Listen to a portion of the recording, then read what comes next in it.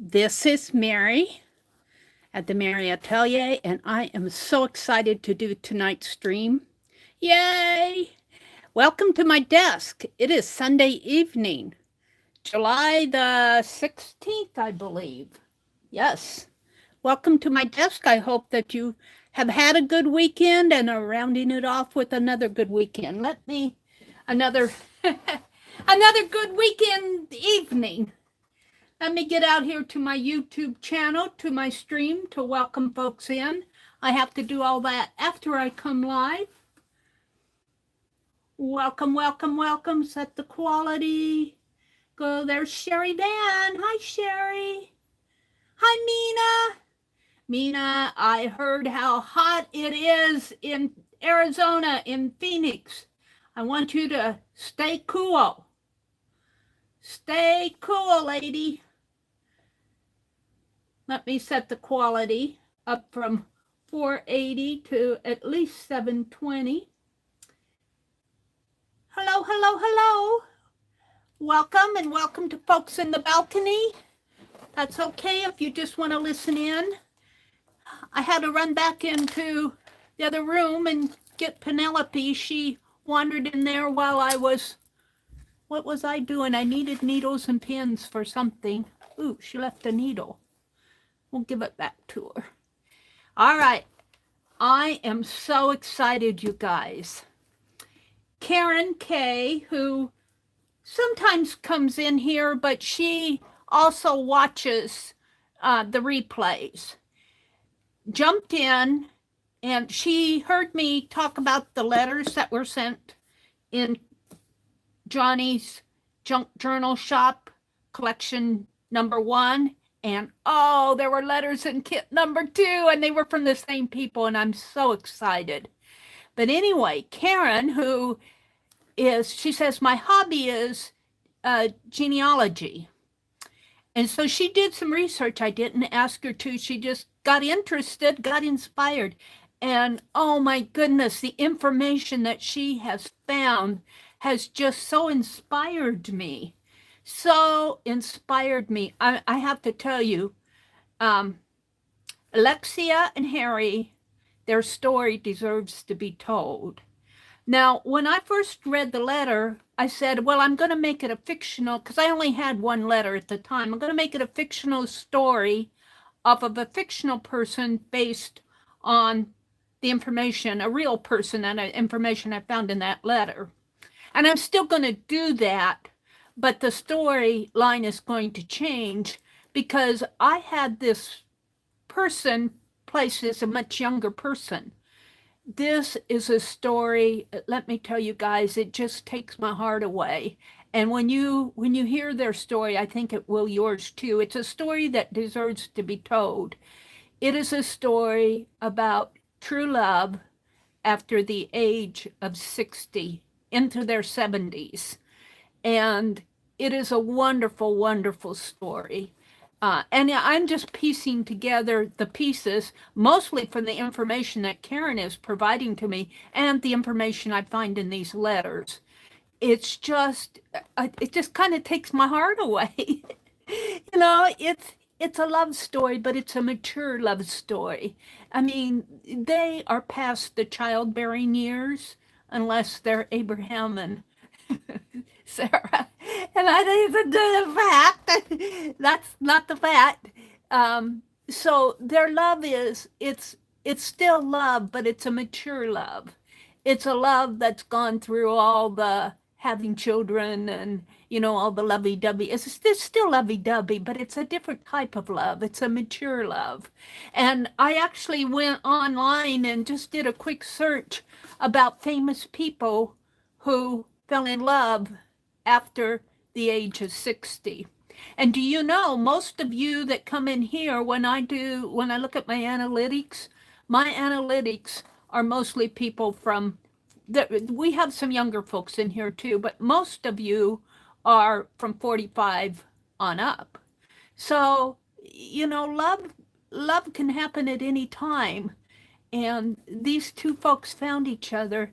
And when they call each other dearest and honey and all that, it's like hey, honey, it isn't, oh, you're my honey, So I'd read these letters with a whole different light, and I'm so inspired. I'm just so inspired to tell their story.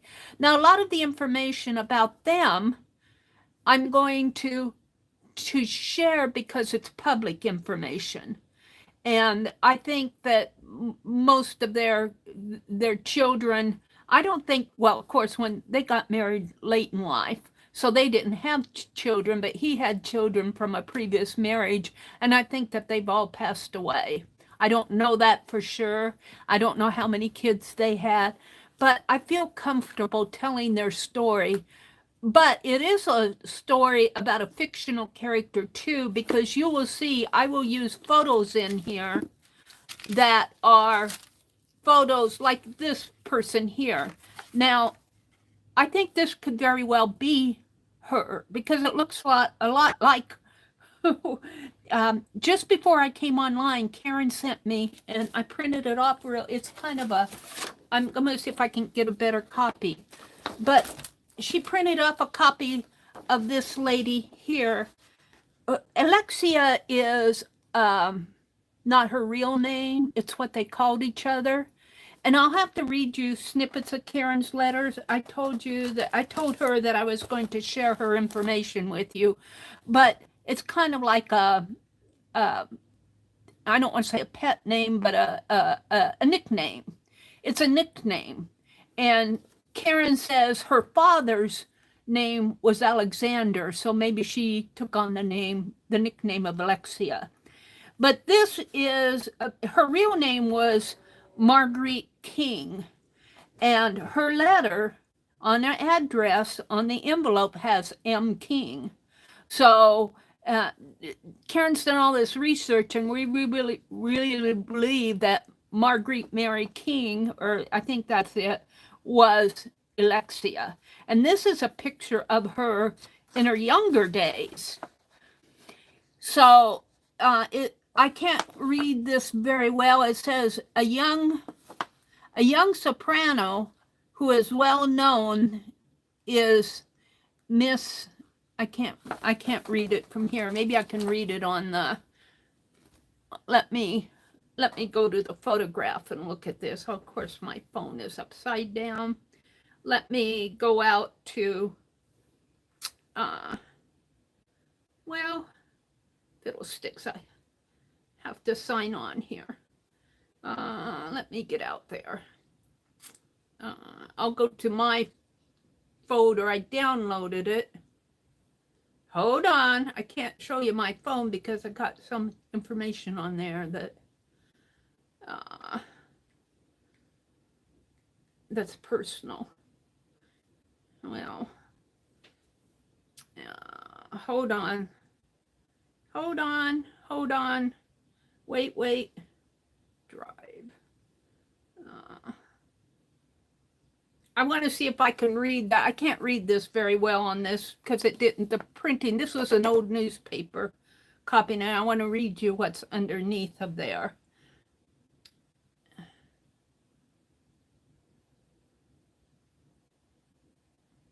And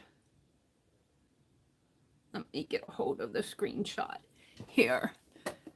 It says a young soprano who is well known in musical circles. So see, this gives me some information. She's very musical. As an entertainer, voice is very sweet and melodious. And her name is Miss Marguerite King. So we think this is Alexia. And then she sent me another clipping. I'm going to have to ask her what information on. She sent me a newspaper clipping, and it talks about society at the theaters. It also has a picture on there, but this is Miss Charlene Walters. This isn't. So I imagine Alexia is in here someplace, probably in here. Society at the theaters. Whoops.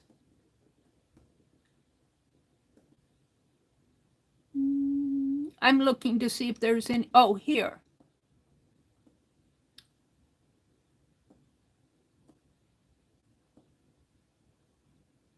I think this is it. Mrs. A.S. King entertained at a box party in honor of Miss Bess Moberly. Others in the box were, and it lists a whole bunch of names, and then it says Miss Marguerite King.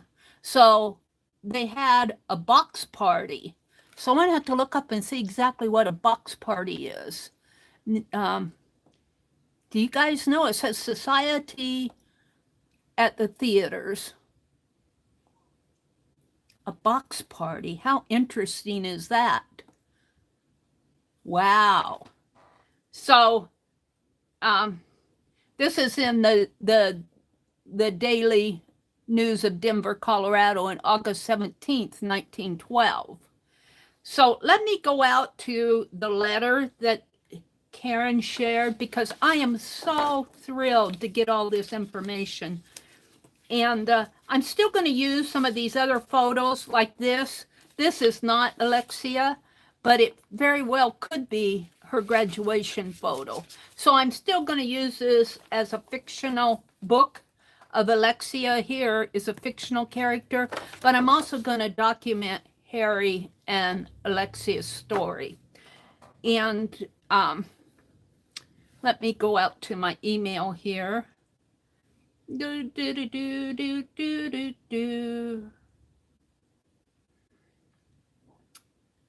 me go to the very first one.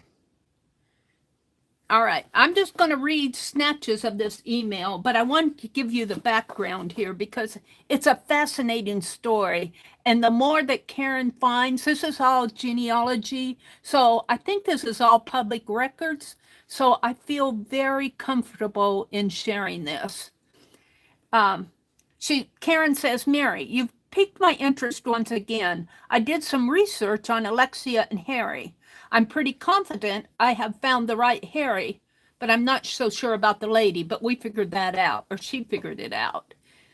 If you're not interested, you can just tear up this letter, as Alexia would say. Well, you know I'm going to be interested. You know I'm going to be interested. And you know what? Johnny was on just before I came on. And I want to welcome you all in. Hi, Rhonda. Hi, Nashwa. Hi, Jacqueline. Karen K is here. Karen, I'm just print some articles about parties you just found some articles about parties that she attended. I'm very interested to know what a box party is. Is that like, did they actually have parties in the opera box, or did they just call it a box party and meet in a room or something like that? I never, at the opera house, I've never heard of a box party. Hi, Brenda D. Rhonda's here. But Johnny was there, and I told her, I said, one of my viewers, I didn't say who it was because I wasn't sure Karen, I don't know if she knows Karen or not. One of my viewers found information about the real person. Of course, I was typing on this tiny keyboard, and it came out all jumbled, and Johnny kind of stumbled through my typos. And I said, just watch the replay of tonight. She's getting ready. Johnny at Junk Journal Shop is where I got these journal kits. And I tell you, I've been having so much fun with this one. I'm just totally enjoying it. And anyway, Johnny said she's getting ready to go visit her daughter she's going to have another grandchild. Johnny is going to have another grandchild. Her daughter's going to have another child. So she's all excited and she's getting ready to pack and all of that. So she probably won't be in here tonight. I said, watch the replay. She said she'd watch it at the airport. So, but the other thing she said was she might have a couple more letters. And I'm going, ooh. And if you bought if you're out there and listening to the replay, and if you happen to had purchased one of Johnny's kits and you find a letter in there from M. King to Harry Wolf or something like that, boy, I would be interested not in having the letter, but receiving some of the information in there, because that would just add to the interest of this story. But that's up to you. If Johnny has some extra letters, I'd be interested in those too. And here again, I mean, she may not want to part with them, but man, if she could make a copy or something, and I'd pay her for a copy of it. I'd pay you for a copy of it if it was a real letter. Okay. Anyway,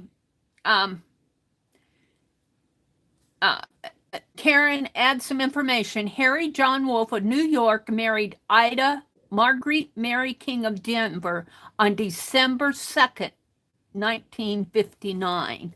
Now, these letters, I made a copy. I made copies, you guys. What did I do with my copies? Are they under here? Let me find them. I made copies because I'm going to, oh, and these may not be dated. Oh, this is December 12th. No, that's February 12th. This is February 10th of 1959. And you know how I said this lady's interested in marriage. Well, here I had her placed as a much younger lady. But this letter that she wrote, and this is the first one that I read. It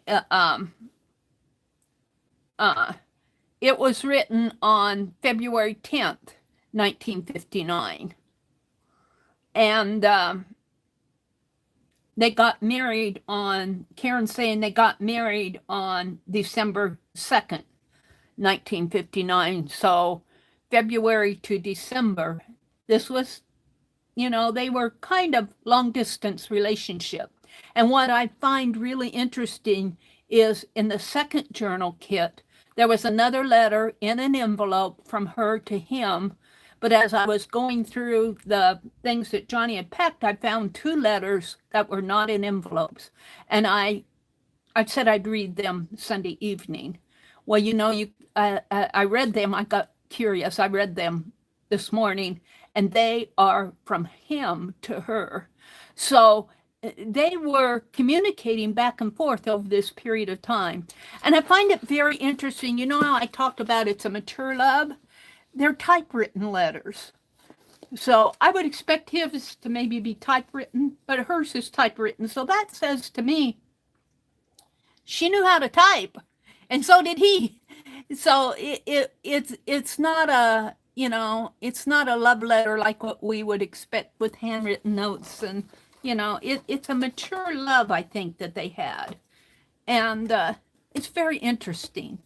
So Karen tells us that Harry married Marguerite Mary, who is Alexia. So Harry married Alexia on December 2nd, 1959. And Karen found their marriage certificate, and I have that here. Hold on.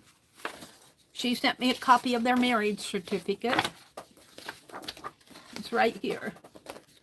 Found a copy of their marriage certificate. And this is all going to go in the ledger as the real people. And here is Grant Street. I don't have the address right here because it's in the box here. But this is the house on Grant Street where she was staying while they were. This is the house that was the address in Denver where she was staying. So, and Karen found that. And there's other things in here that I want to read as we go along, but let's go back to Karen's. Alexia must have been a nickname. This is what Karen's telling me. Harry was born in Philadelphia in 1881. Now that would make sense because they're older now. You know, he's probably a little older than she is. So if you take, well, 1959, that would be 59 years. And then 1881 would be what, about 19 years? So he's in his 80s, I believe. Well, we'll read this. Or late 70s. So that makes a lot of sense to me. And see, here's a picture of her as, I don't know the date on this picture, but the date on that newspaper article was 1912, I believe. I can't remember. But anyway, they're older. They're older. So this is her as a younger lady. Harry was born in Philadelphia in 1881. He worked in the field of mining with private companies and education and with government agencies.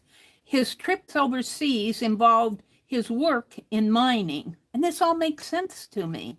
He had a degree in mining from the Colorado School of Mines. So Colorado School of Mines is in a small town just on the western side of Denver. Golden, I believe, is the name of the town, Golden, Colorado, or it's out toward there.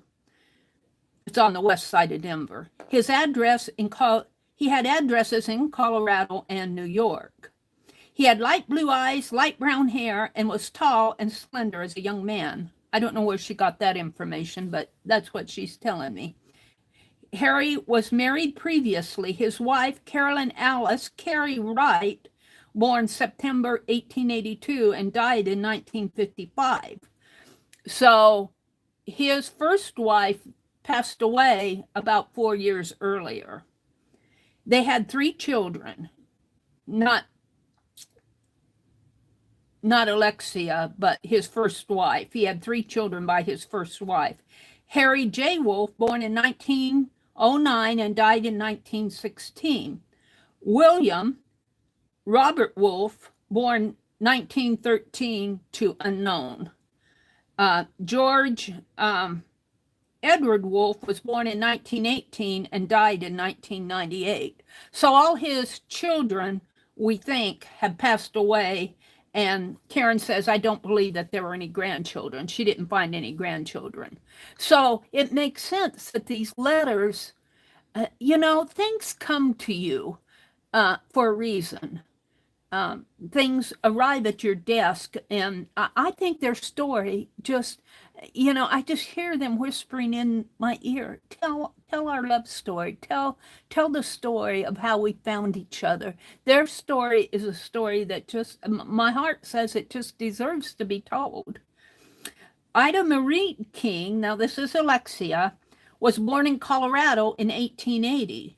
She mostly went by Marguerite, even though we know her as Alexia. I wonder about the nickname. Her father's name was Alexius. I said Alexander. Her father's name was Alexius, Alexius King, or Alex for short. Her mother's name was Florence M. King. She had 2 younger siblings, Harry G. King, born November 1986 and died in 1914 in California, and Florence G. King, born July 1891. Her dad died in 1914. I'd like to know if her other sister is alive, Florence G. King. Well, probably not, because everybody else has passed away. And if she was born in 1891, she'd have to be over 100 years old now, so she's probably passed away too. So I think that most of their family, brothers and sisters, and unless there's some cousins out there somehow, have passed away. And I feel very comfortable telling their story and telling it in line on the video. Alexia remained unmarried and lived with her mother until her mother's passing sometime in the 1940s. In the 1950 census, she was living as a boarder. Now, I think Karen wrote that before I read that second letter, because we think that, I'll have to get out the second letter. We think that the Cole family was the boarder, the family that they boarded with. Harry died in 1961, 2 years after they were married. He was 80 years old. So that makes sense to me. I said 82 or something like that, but they were in their late 70s when they were married, and I had them completely younger when I first talked about doing this. I had them I had them as maybe in their 30s, something like that. So I had a few things, but I didn't have all this wonderful information that Karen's providing me. She says her hobby is genealogy, and let me tell you, she really has excelled in providing really interesting information. It's just added to this. It's made me want to do this journal. She says, I have the following files. The marriage certificate, I got that. Harry's passport application, Harry's obituary, a Puerto Rico U.S. arriving passenger and crew list, which shows that Harry boarded a flight to Paramaribo, Suriname, dated December 1958, the same city that was on the envelope. So there's this. I think I made a copy of that. If I didn't, I will. I don't have it here. It's a copy of a passenger list. Not a passenger list, a boarding ticket or something like that. I can't find it right here. I don't have copies of everything made yet. She says, I hope you find this story interesting, even though I found very little on Alexia. Well, she didn't stop. Let's see. There's some more here. Let me open this up. So I'm going, oh, I found this letter she sent to me that I just read to you 2 days after she sent it. And she probably thought I tore it up. I wasn't interested. And I'm going, I just found it. I had a couple of days where I was offline. I wasn't doing much. And, I was going through deleting, junk mail. And I'm going, Karen, what did Karen have to say? I found it 2 days later. And I said, I thanked her for it and everything.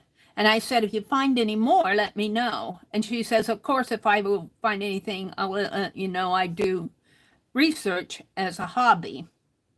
And then I said, you really do a good job. I was really thrilled with what I received. And then she answered me back and said, I found her. We have the right Marguerite King to the address on the envelope from M. King, A.K. Alexia. On the return address, it has M. King, but she signed it Alexia. And we think that she picked that nickname from her father's name. She was a seamstress. Her occupation was a seamstress, but obviously she also was very musical. She was and she says, I also found Mrs. Cole.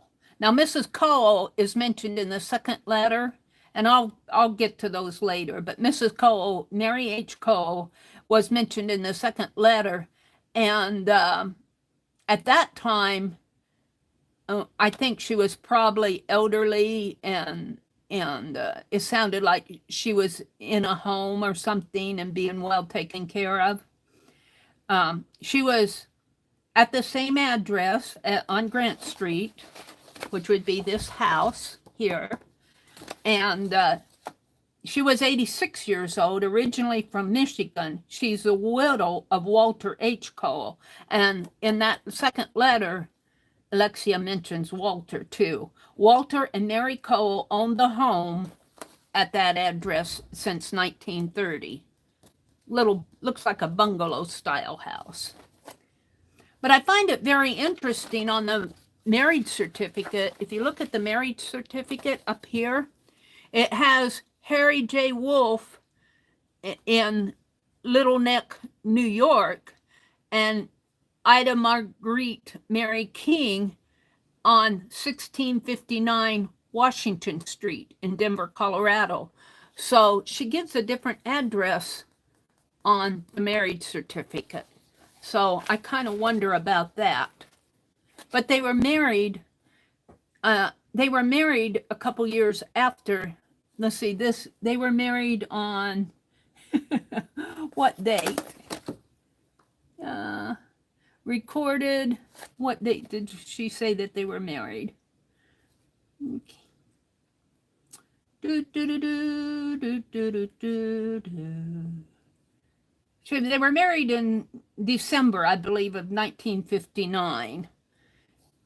And this letter was sent in February. So between February and December, her address changed. All right. I'm kind of finding my way through this. Oh, well, please. Thank you. Thank you. Thank you. Thank you.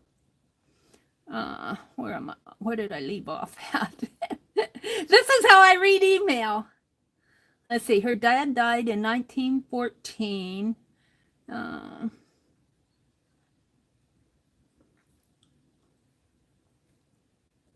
Here. They're talking about Walter and Mary Cole owning that house. They purchased it in 1930. And then I go, well, this is amazing. And then this is where I tell her I might need to revise my story, because when I first told this story, I had them as younger people. And I had her as having, she's got a brother and sister in real life. But in my story, I had her having two brothers. And I had her brother, now this is my fictional character, I had her brother working with Harry on a master's thesis. Well, that turned out not to be the case, and we figured that out in further email down below. We believe it was actually his son, Will, who worked with his dad on the thesis. And his son, Will, we found out in the second letter, and I'll get to that, is actually getting ready to teach a class in surveying. So he kind of worked with his dad on the thesis, the master's thesis, and you can see he's doing some he's going to teach surveying, so it's some type of along the same lines of work, maybe not mining per se, but he's teaching a class in surveying land.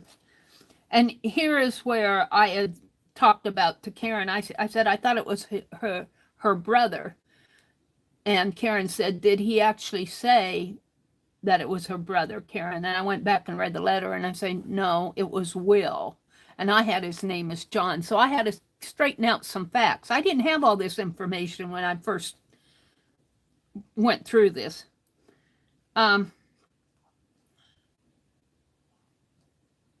Let's see.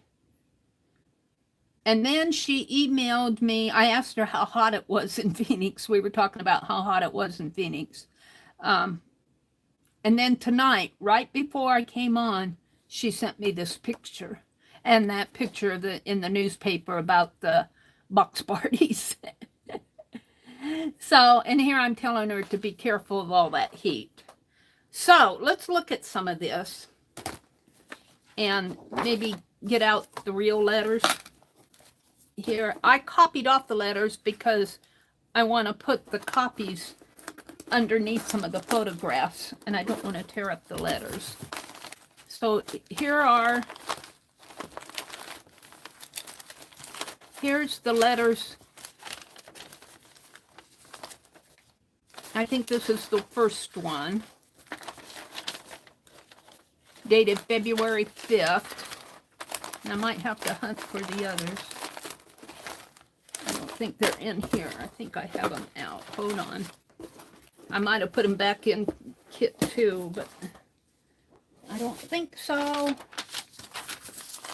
Are they in here? Did I tuck them in here? No. Hold on, I'm getting there. And I love, see, I have done this page the other night with her, and this is not a real photo of them. This is a photo that I got at Keisha's auctions, but it's of a man holding a little baby. And I had this, this is a flashcard with the word father on it. And I'm going to write, we believe that, something to the effect that Alexia was, her father's name was Alexius, Alexius, and we believe that she adopted the name of Alexia, the nickname. I want to look for those real letters here. Class notes. These are all print copies that I'm going to cut up. I'm so excited. I'm just too excited. Here they are, underneath of everything. And I say that film strip out for a reason too, but let's get these letters. This is the second letter that she wrote. And this is the first one. Put it like this. Okay, I'm going to read these. Now, she calls him my darling, and I see that not as a, darling. I don't see that as being so much of a, we call people darling all the time. I see it more as a mature love. So she says, I think before I go for a little dinner, I will answer your very dear letter. So it will go on its way, carrying a carload of my love into that beautiful tropical city where my darling is residing for the time being. Now, we generally don't talk to each other in that tone of voice, so this is a love letter, but still, what an imposing edifice is the governor's palace. Now, I think that when I went on Wiki, I found the governor's palace, a picture of it, and I haven't printed it off yet. It is very like some of the things out of the Aladdin's lamp stories. Now, what I did print off, and let me get it here. You guys are going to have to, please bear with me while I sort this all out, because I'm so inspired by these pictures and by the letters. Let me find it here, and I'll bring it up close. Now, I don't think this is the governor's mansion here. This is some sort of an office building, but I don't think I'd have to go on Wiki and find the photograph again, find out what building this is. But I think this is a mosque. I want to say it's Muslim, but I'm not totally sure. I'll go look. But look at the style. Look at the turrets on that. So when she's talking about the book, she found at the library, she says, I feel as if I were about to open a beautiful book.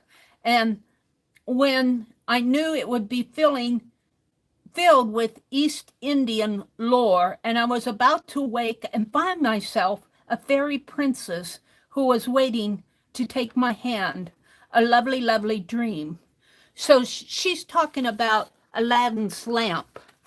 And this does look like Aladdin's lamp could be in that building. And this is a picture out on Wiki. And I don't think this is Paramaribo. I think this is Suriname. I'm not sure exactly. I just printed it off. And this too. I'd have to go out to Wiki. I move things around so much here, I lose them. Let me go to Wiki here. And I was probably out there, and I could probably jump to it in my history, but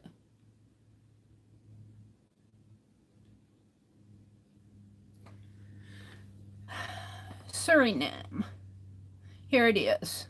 So here's the flag, and I printed it off, but I didn't get the end stripe, so I'm going to have to reprint the flag again, because I want to put that in here, because she went to the library and found all this information. So this could be pictures that she took home with her. I mean, in the fictional story. She's all enamored by where he's at. And then this is their coat of arms here that I printed off. And let's see, what else? Let me go back out to that.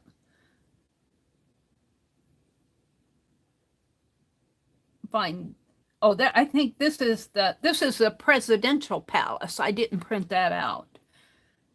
Presidential palace. This is a waterfront. I'm trying to find the one here. It's in here.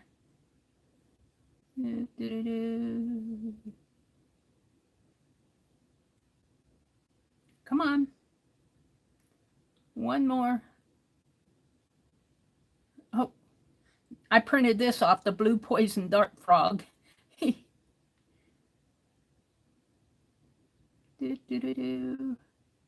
Well, there's a lot of maps, and here it is. So this is a synagogue and mosque adjacent to what? Synagogue and mosque adjacent to, oh, this is in Paramaribo. What is it adjacent to?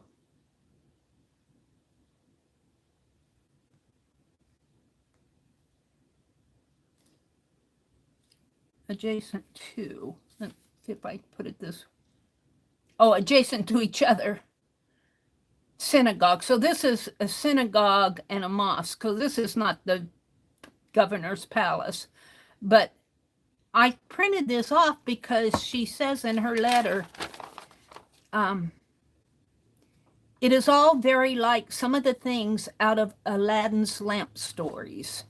And this picture just reminds me of her phrase. And I won't read that paragraph again, but she says, I'm enjoying the book from the library. It has a wonderful chapter of the Guyana, tell all of the rich store in the Suriname colony. I was interested to note the temperature table.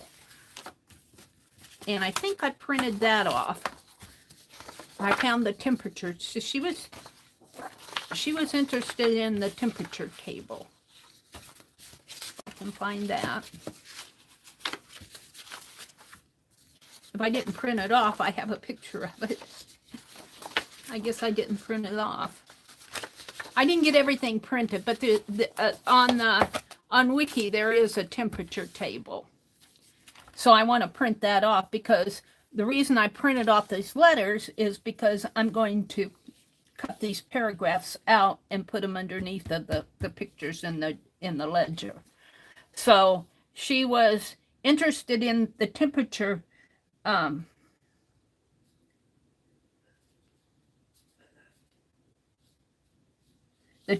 table and see how little it varies during the year to the fall in the warmest time. But there isn't much difference when you realize that in 1 week a Denver temp went from about 3 to 60. I have just barely glanced at the book. I know that feeling. Telling of all the rich things it possesses. She's saying, what is bauxite used for? She's asking him. Now, see, he's in mining. And in his letter, he actually answers her. And so I went out and I did print that off. I printed off a picture of a bauxite mine. And that's this. And you can't see it very well, but that'll go in the ledger that I'm doing. So she says, what is bauxite used for? I feel I was very fortunate to see this book because it will answer so many things that are mentioned in your letters. It speaks of the Suriname River with its source at Paramaribo, its capital. Paramaribo, its capital. And I'm going to print off some more information about Paramaribo, but I haven't got there yet. How wonderful it is to delve into this and be so close to your days, your dreams and your thoughts. I feel at one with you, my beloved, in whatever interests you. I wake up late and so gave up going to the home to see Mrs. Cole. Now remember, Karen said Mrs. Cole was married to William Cole, who owned that house on Grant Street in Denver. And she's wanted to go to the home. I think Mrs. Cole was put in a care home. I will go Thursday after I go to the church to a luncheon for the Women's Association. Then on Sunday, we will have our New Year's reception for the new members into the church in at least 6 months. I am happy to be out in circulation, but I'm going to use good sense and not overdo it. So I think she was in the hospital for a while. So she's saying, I'm going to be careful about my health. I had a splendid letter from Will this morning.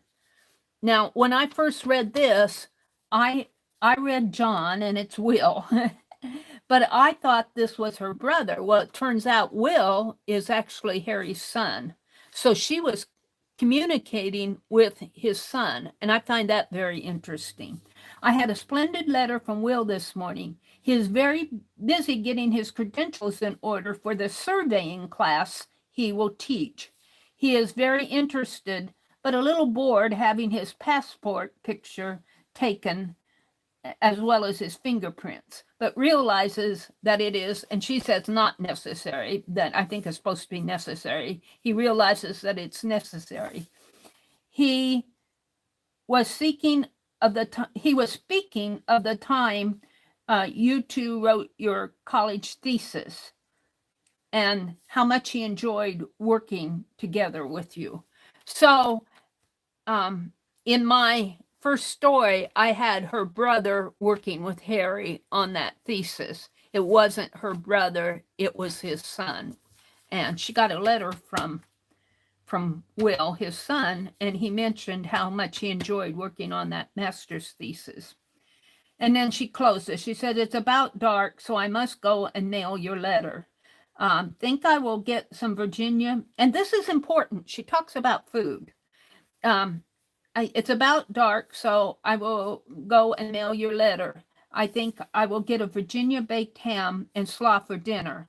I will get this at the delicatessen. More tomorrow, my darling. Because my mind is full of so many things to talk over with you. And here's where I think she's thinking marriage. Now, again, this letter was written in February and they got married in December. But she says, what future lies ahead? I can think of nothing else. Lovingly, your Alexia and nearly wife and honey. So that's how she closes her first letter. I'm just so thrilled. I've learned so much from her. So I know that she goes to the library, and I'll bet you that if she could, she'd make copies of everything in that book she checked out. But I made copies for her on the internet of the mosque and the coat of arms, the flag that I need to redo. We'll come back to that. Here's a map of Suriname, and here's the bauxite mine. And these are the letters. I'm going to just read them, but not off of here. I'm going to cut these up. So her second letter, which I promptly am not doing this very well. This was the first letter. Here's her second letter to her. This is on Tuesday, December. Oh, actually, this is the one that was in the second kit, but it was actually written before this letter. This was written in February of 1959. This one is in December 18th of 1958. So this one was a couple months before this one. But I got this one in kit 1 and this one in kit 2. So I call it the second one. She says, darling, I'm very much happier girl to have received your dear letter. It surely took a long time to get here, but then I imagine it's pretty far away. I'm so glad to hear that you've had a good trip. And it's interesting because on this letter she had written, it says hold until arrival. I found that very interesting that she wrote that. So he probably wasn't there yet when she wrote this letter. She says, hold this for him. This thing of writing and receiving one letter a day has a few drawbacks because I don't write because when I don't write to you every day, things seem all out of joint. After I received your letter and the insurance policy, the sun had a brighter flow. So you can see they're doing a long distance relationship here. And she says it's got some drawbacks to it. After I wrote to you last night, I felt as if things were more nearly as they should be. And so I shall write again, even if I don't have a letter to answer. And if you don't want to read it, just tear it up. And that's what Karen said. When she gave me the first email, she said, if you don't want this, just tear it up like Alexia would. I'm not going to tear it up, and I don't think he did either, because it will have served its purpose. My longtime friend Mildred Pashon phoned and said she would like to come and see me. So I dusted and got everything in order, and I'm very much cheered up by her little visit. Now, in this, when I read this, well, let me finish reading the paragraph. I have known her since she was just a little girl, and she is now over 60. Now, when I read this the other night, I'm going, over 60, and you knew her since she was a little girl. How old are you? Because I had her placed at being, in her 30s and 40s. And no, she's much older. She's in her 70s when she wrote this letter, and she still types. So she got a visit from Mildred. This is good information. She says, I got out my scrapbook and showed her all the pretty pictures, and principally the pictures of our house. So I have pictures that I've saved off that I'm going to put on a page. And so I know she likes to scrapbook. And I'm going to do it in the old photo method where you have the black corners and everything. Now, these pictures will not be real pictures of Alexia and Harry, or of Mildred and Alexia. There'll be pictures that, representational pictures that are from my fictional character. It'll represent Alexia and Mildred and her scrapbook. So I'm picking up things like all that information from Suriname and Paramaribo and the bauxite mine and all of that. And I'm going to journal all of that in this. This is their story. I just think this is so fascinating. I have something to actually journal about rather than quotes and painting papers. Oh. Let's see. I got out my scrapbooks and showed her all my pretty pictures, and principally the pictures of our house. She bought me some carnations and a Christmas gift, so I felt that somebody loved me. I do miss Mrs. Cole, of course, but with the exception of Tex the kitty, I do get pretty lonesome.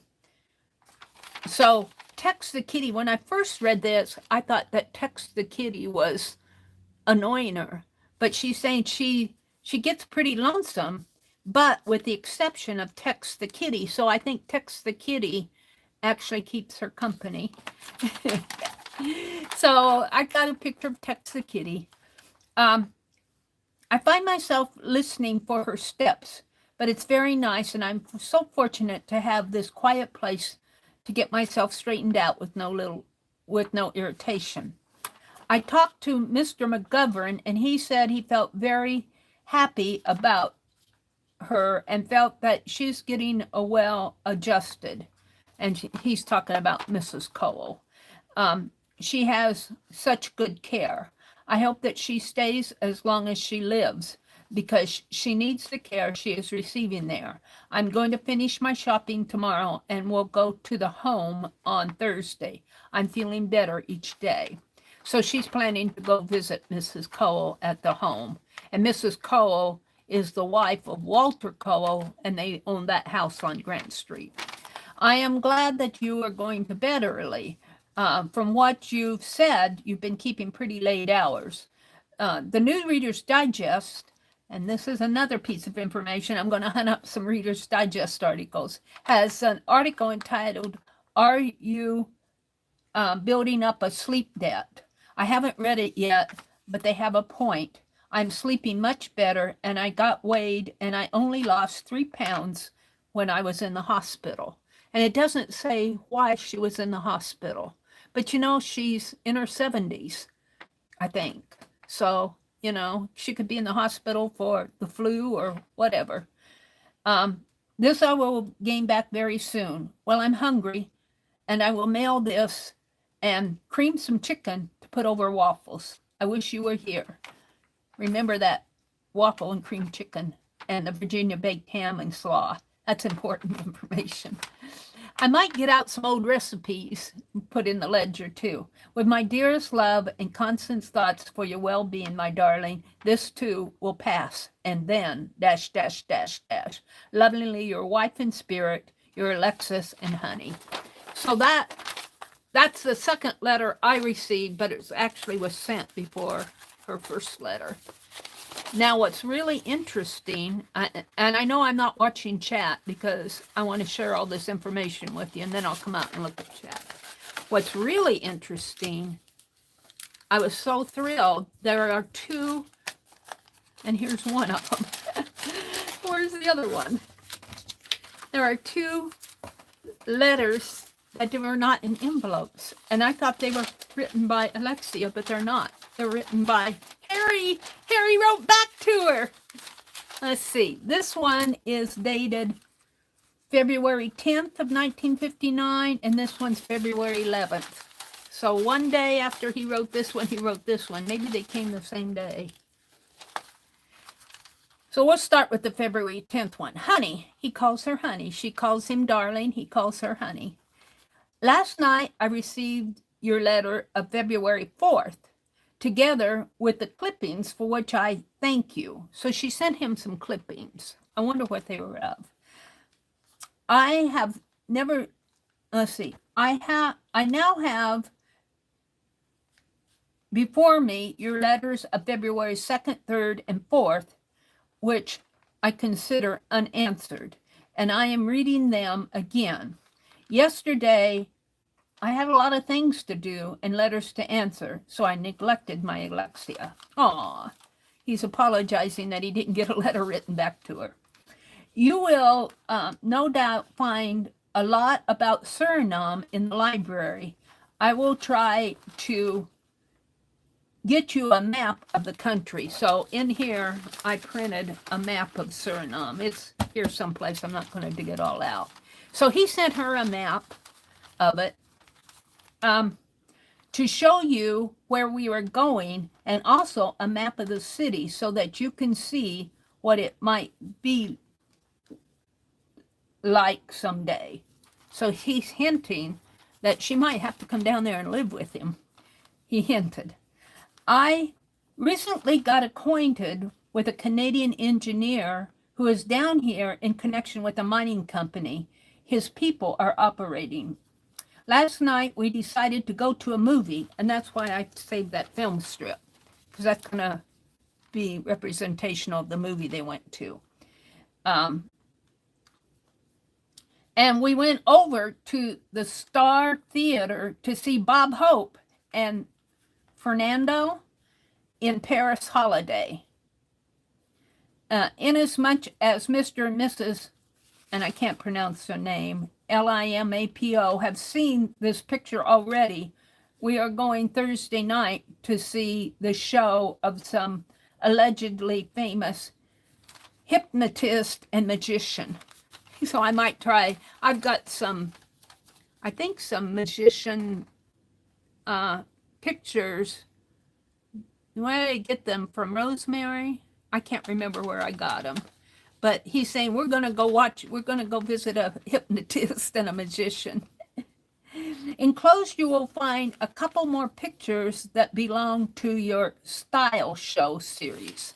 So he's referring to a style show series that she does. Now, I'm not sure what kind of a style show that is, but let's read on. Present plans are for Limapo, Limapo, and myself to fly up to, and I can't pronounce their names, it's Benzdorp on Friday or Monday. So they're going to go to another part of the country. You remember, he's in mining and he's down there on business. it makes me shiver to think of you folks there in the winter weather. I think you might like this climate for a change. The present temperature of my room is 70, and then he puts in parentheses, with the air conditioner on.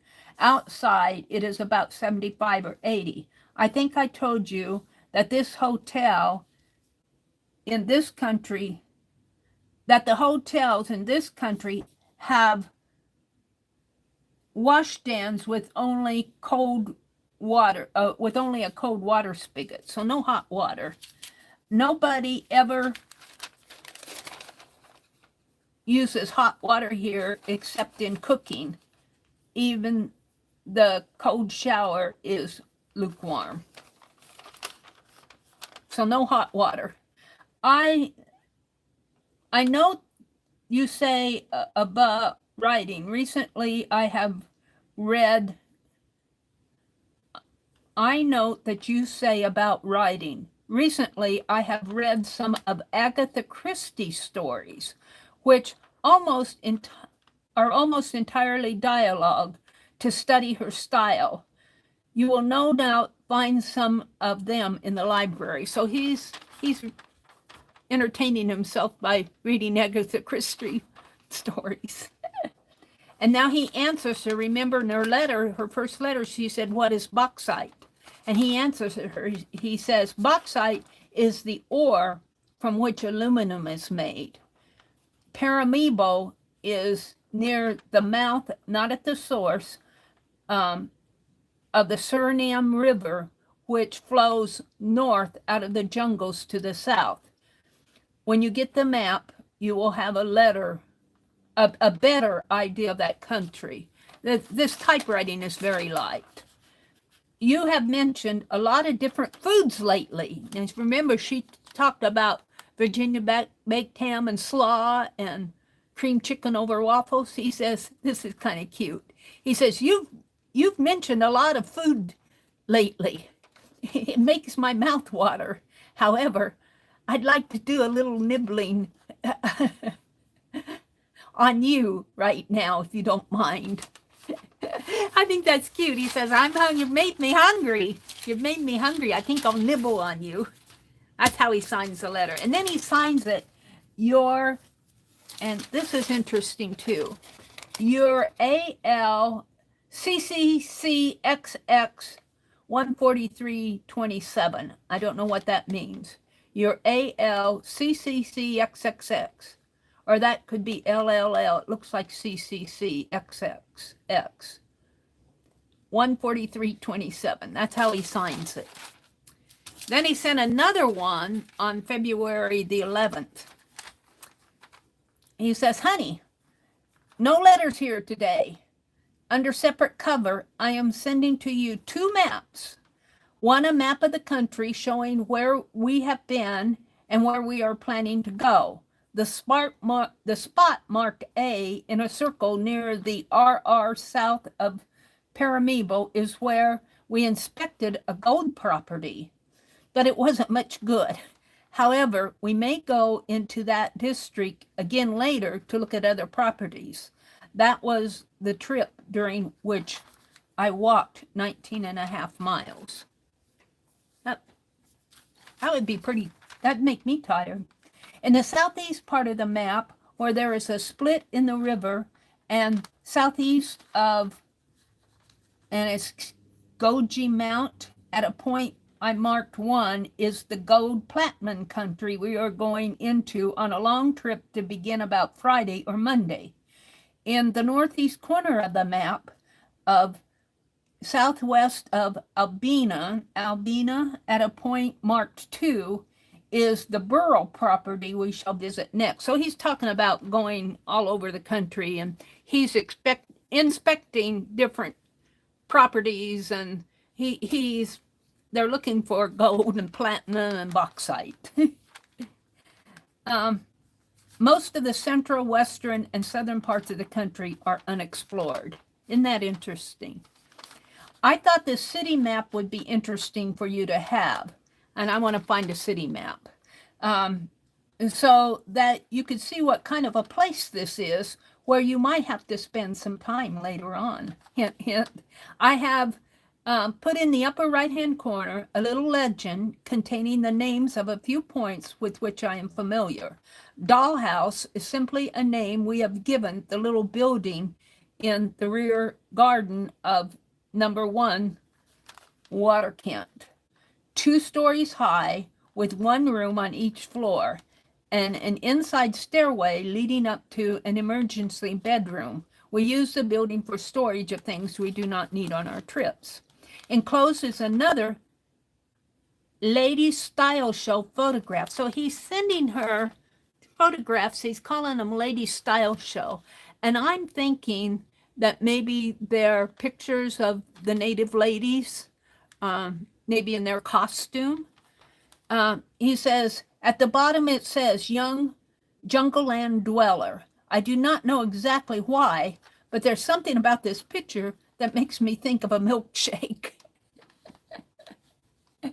He doesn't know why, but he looks at that young Javanese lady and thinks of a milkshake. I hope this finds you well and happy. I shall try to write each day until we leave. After that, it may be once a week, so think nothing of it. They do not have regular mail out in the jungle. I've been tempted to take pictures around town, but have decided to conserve all the film I have for the forthcoming trip. For I can always get pictures around here after my return. I have a lot of last-minute work to do before we leave, so I shall give you a quick kiss and say goodbye. Your AL period 143. I don't know what AL period 143 means. Now, Johnny said she might have a couple more letters. Maybe there's more information about AL 143 in there. So I am so much enjoying these letters. They're just so fun to have all this information. Now, here's some class notes of, this was in a mining magazine, and it was talking about class of 1882 to 1930. And here he is, and it says 03. So he was probably in the class of 1903. Consulting engineer in LAJO Mines Limited, operating silver mining properties in British Columbia and Suriname Development Care, developing extensive gold and platinum placer deposits in Suriname, South America. Recently has been elected a director of the Standard Beryllium Corp of New York with mineral interests in Brazil. So it's kind of interesting. Here's their marriage certificate and the house on Grant Street. And here's a picture of her as a young lady. And what else do I have here? The bauxite mine. Here's the country of Suriname. I want to get a city map of Paramaribo. Here's the mosque, which I can see Aladdin's lamp floating around in there. And the coat of arms. I'm going to have to reprint the flag. And these are copies of the letters that I just read. And what I'm going to do is when I find something interesting about, like, the Aladdin's lamp comment, I'll probably just take that much of it and put in my journal and then take a copy of her sentence and put under it. That's what I'm thinking. And so I'm not going to go through all of these because I just read you the letters. How interesting. How fun to have a story. And I want to thank Karen so much for sending me all this information because, oh my goodness. Oh my goodness. It's a story that deserves to be told of a mature love, even though they only had 2 years, I think. He passed away, I think, 2 years after their marriage. But you know what? They had 2 years. And I would love to know if there were other letters. Let me come out and look at chat. I want to welcome you all in. Let me put Penelope out here. And this is the bird that I did. Chaz won this in my last stream. I need to get this ready to send to her. I've been doing little birds, Janet Nash whimsical birds. All right, let me go. And I'm not going to get way up to the top. Let me refresh chat. Karen says hi to Teresa and Lala. So hi, Teresa and Lala. Let's see. Can I go up further? Lala says hello. Blanket hello and hugs. Teresa says hi. Those are the first comments. So if you commented, if you came in and talked before Teresa came in, I won't see them until after the video process. But just know if I miss saying hello to you, that you are certainly welcome, and I appreciate your spending a Sunday evening with me.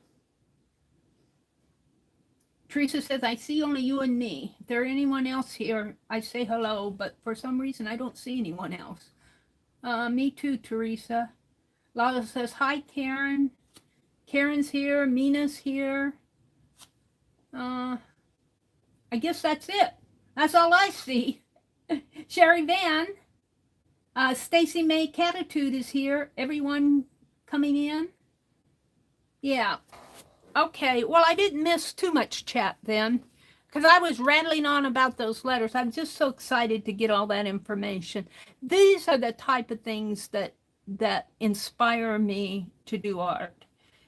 These things just really, you know, I love to art journal, but you know, I needed a story to tell, and their story needed to be told. So that said, I want to share something else with you.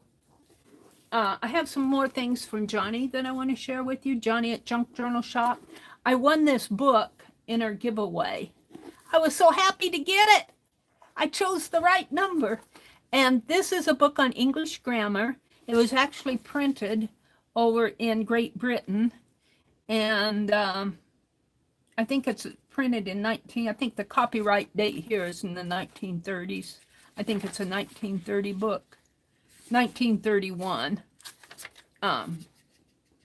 The first edition was printed in 1809. 1899. Tiny print. And I kind of think Johnny healed the spine here. This just looks like her work, doesn't it? And the pages in here. This looks like Johnny's take. I could be wrong. This looks like it's original. Which is fine. You know, I'm good with this. But look at this. Look at this book plate. Look at this book plate. Isn't that cool? Am I holding it up? I can't see till 30 seconds after I hold it up. Come on, Mary. Get there. There I am. There, you're seeing it. Pretty good. Maybe up a little higher. Very cool book plate. And I was thinking about maybe putting a tape, whiting out, putting a piece of paper over this and making copies of that book plate. And I read the first couple pages here, and it's actually written as a book to help people understand grammar in 3 phases. Part 1 with modern English grammar, covering the more familiar ground of analysis, syntax, and punctuation. Part 2 discusses the idiomatic uses of different parts of speech.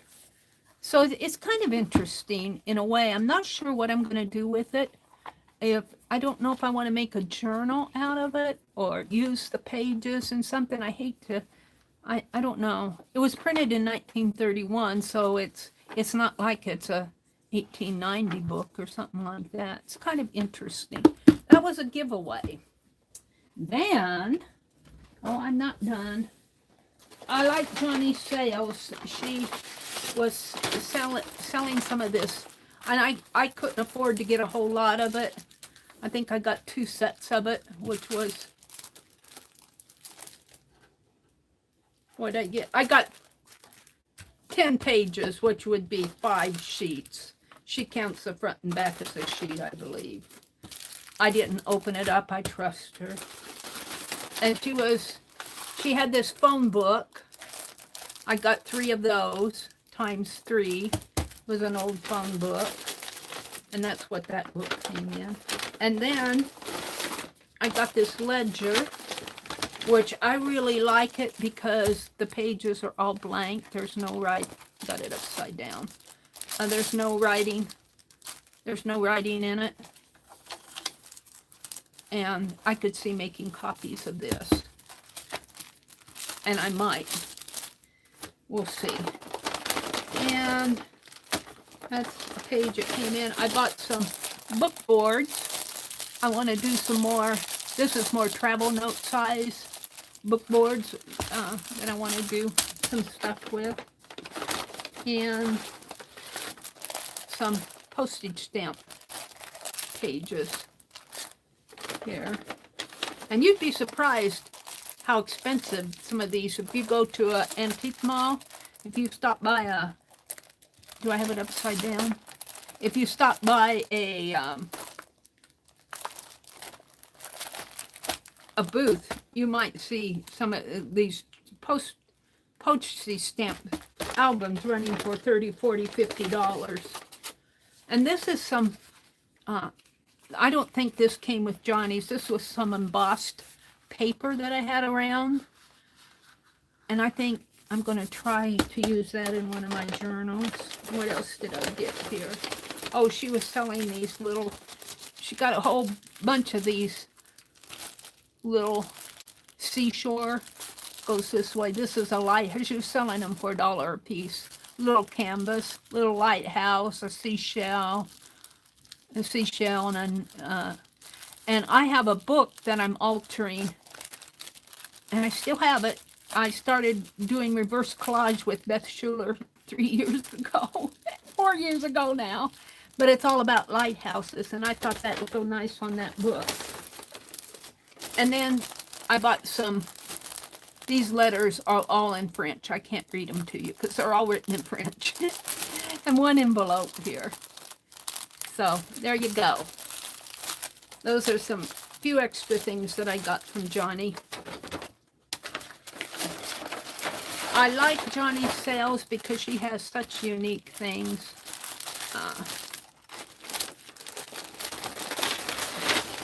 I'm just in, like these letters that I'm reading. Let's keep that out. Put this in there. I'm not sure what I'm going to do with this grammar book. I haven't decided yet. So, Meri, you going to do any art tonight?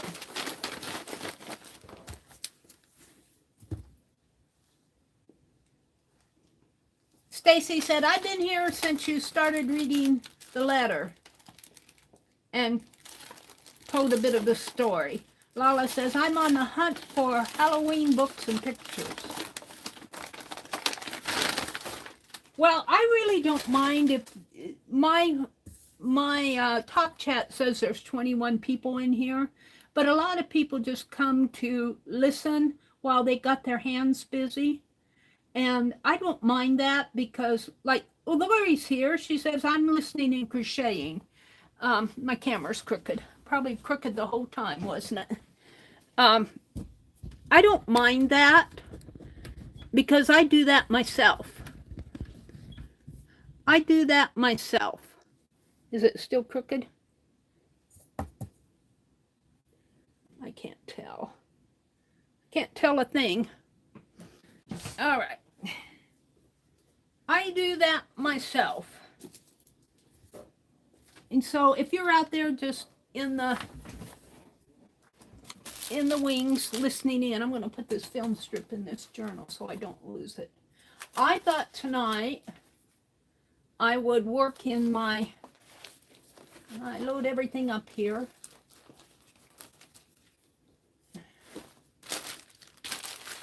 Let me get it out. I had it all out, but then I piled all this on top of it. My July desk journal, and my journals really are more keepers than aren't journaling per se. They're more keepers of things I'm working on. Like this this was a paper doll I did of Queen Elizabeth II. These are some, and I'm not going to use these. These are some tops that I cut out for my Nancy Drew doll. I could probably use it. We'll see. It was just a pattern. This, I believe, here are some old, this one came from Deborah Brown. Deborah Brown has passed away now. She sent me some school glue pins. She sent me about 10 of them.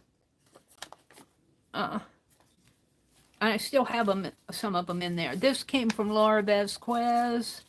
This is a art card that I made long ago. I've been cleaning. This is a faux Polaroid ATC. We did a swap. This was inspired by Janet Nash. I don't want to throw this away. This is the wrapper from that big book that Renee, Little Red Wagon, gifted me, that big book that I need to get out and work in. Here's my pattern. Here are some Fractor cards. I want to get these sent. I found the other envelopes. I want to get these sent off. And this was just a page. So I want to put some of this in here, even though it's not really like I did this right after Queen Elizabeth passed away. I got 9/18/2022. So September 18th is when I did this. But I've been cleaning, and that's what I'm going to put in here. And I have a bee around here someplace I want to put down here of a bee sticker. He's here someplace. I'll find him. He flew away from my desk. He got away from me. He'll show up. So what I'm going to put here is I've been cleaning and found a lot of extra, a lot of stuff, a lot of keeper stuff. That's what I'm going to put on here. So let's see. As keepers. And I put my tape on my cart, and my cart is over here. No, I don't know what I did with my tape. I'll open a new one. So I hope you all are having a good weekend. What's up in your world? I was watching you. I didn't get into your live this morning, Pink Girly, but I watched your replay. Pink Girly was making, what did you call that? Cloud clay? Out of cornstarch and hair conditioner. Now I've heard of putting cornstarch in clay before, but I've never heard of putting hair conditioner in it. And so Lori was experimenting with that this morning, Lori Pink Girly. And I watched the replay. I stitch it, Pam. She says, I'm sewing a skirt and watching. Ooh, that's nice. Lala says she's going to lurk and crochet appliques.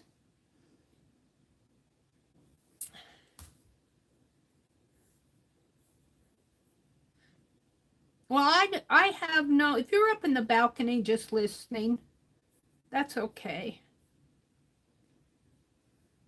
That's okay with me because I do the same thing. I'm looking for the start of this tape. Where is it? Usually I can feel it, but oh, there it is.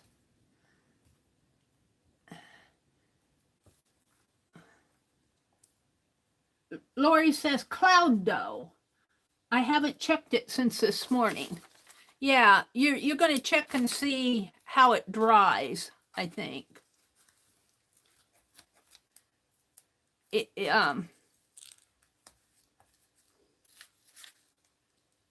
Cornstarch is kind of you get it moist and it'll kind of, I want to say dissolve. It gets soft, and if you get too much liquid in it, you can make gravy. But it's a thickener. Cornstarch is a thickener.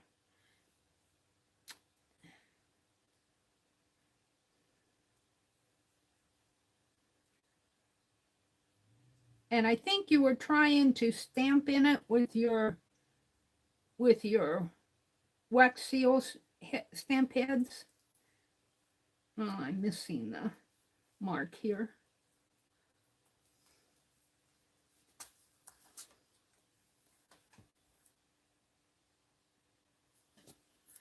You all need to go out and watch Lori, Paint Girly. She does some very interesting things.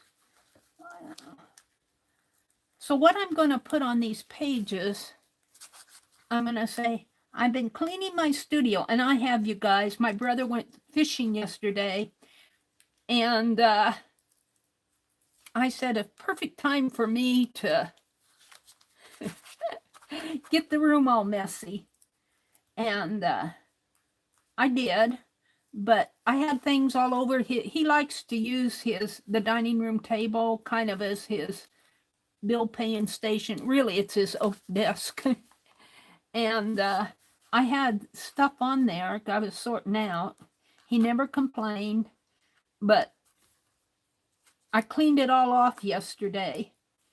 And I mentioned it to him. He didn't notice it when he came home. And I said, "You got your table back." He got a big old smile on his face. So I got that all cleaned up. I'm getting things sorted out and put away in the little closet over there. It's taking me some time because I'm writing everything down and inventorying it. I ran a couple boxes yesterday. I'm going, how am I going to write all this stuff down because there was so much? And so I'm just going to put on the box a sort box. I'm just going to call it a sort box. I got Happy Mail and fussy cut images and painty papers and Lord knows what in there. Now I'm going to put this in here. Just all sorts of stuff. Let's put that on a different page. This came from Laura. And I think I can just, I don't know, I don't trust it to stay in there though. It needs a belly band. What can I use as a belly band? I could use one of these, a strip from this. This, oops, this tape.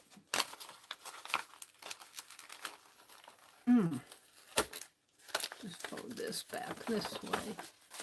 I only want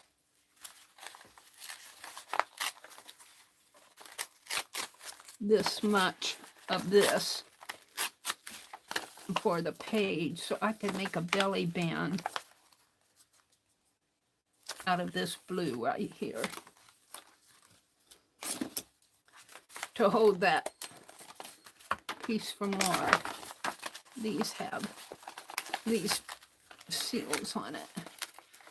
And this was just on the front of that big sketchbook that I do. And I want to get that out again. I was watching, who was I watching? I hadn't watched him. He was new to me. I saved him off. I subscribed to him, but I can't remember his name. And he was showing watercolor sketches that he did, pen and ink and watercolor of the Galapagos, you know, those islands down there with all those animals. And, oh, fascinating. And he was really talking about urban sketching and sketching outdoors and adding watercolor to pen and ink. Very interesting. Very, very interesting. And I would love to do more of that. I haven't been urban sketching for a long time. I'm going to have to fold this in a little to get it to fit on this page. I think I'm going to put it down in the center. Less likely to fall out. And let's get rid of this because it's in my way. So my art journals, my desk journal that I'm doing here, like I said, it's more of a keeper. It's more of a keeper than art journaling per se, where I'm drawing and painting, but I go back and I look at these and it reminds me of projects that I was working on. You know, I put that down too fast.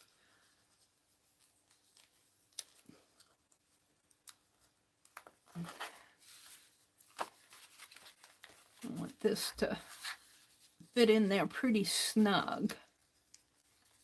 I'm going to bring it up a little bit more here.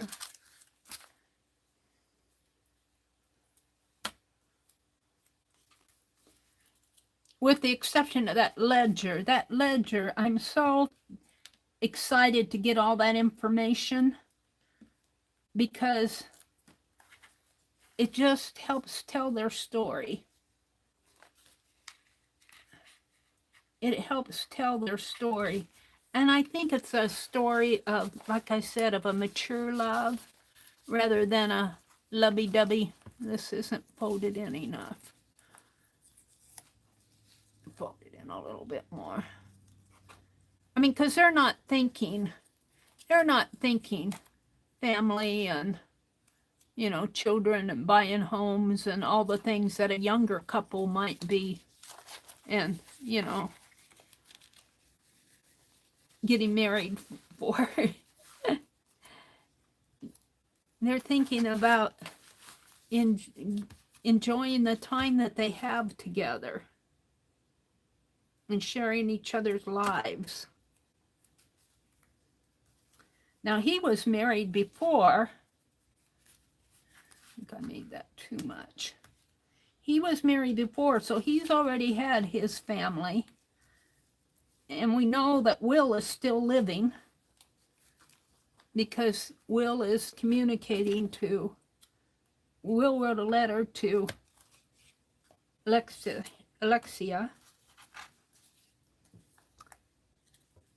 Yeah, I'm going to have to work with this a little more. Get it in there.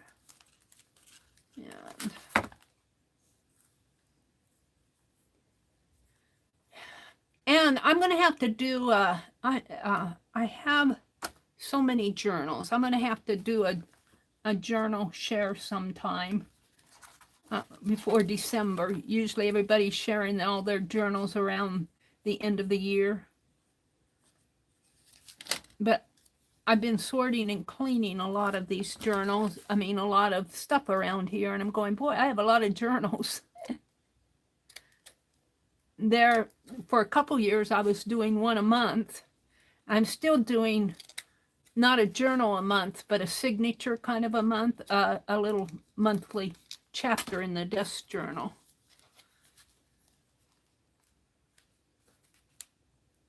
Just kind of, oh, I wanted it down further.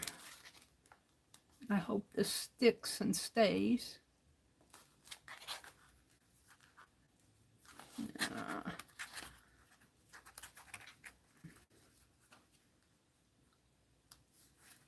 There we go. I'm not confident because I can peel that right up. And let's get out the fine art glitter glue. And get those to stick in there better.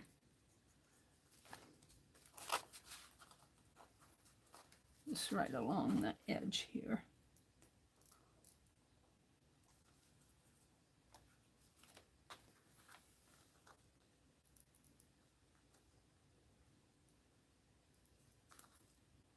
Now, I do want to mention, too, that next week, Tanya and Lisa are having a stream-a-thon.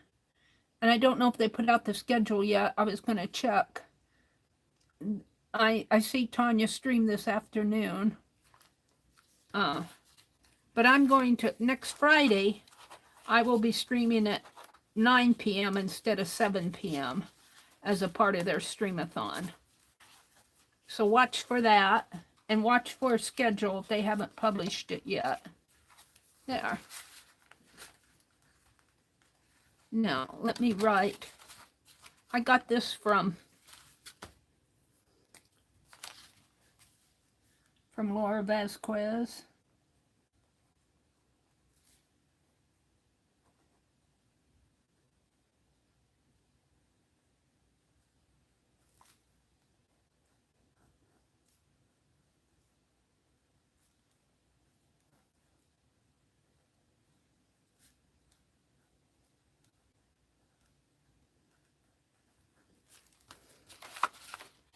Yeah. And it's just a little flip there that's made out of paper. It looks like fabric ticking, but it's not. And some bling and some little cluster of paper scraps. And it says Laura 2023. Probably should go this way. I think I had it on the back. It probably should go like this. But I like, and this is the back. Let me put it this way. Laura says, you got it in backwards, Meri. Oh dear, that's typical of Meri. And so this goes here, and this, I think I'll write on it with, not the Sharpie, because they will write on it with this. The felt pens will soak through. So I'm going to date this July 16th, 2023. And I want to say I have been cleaning around my studio.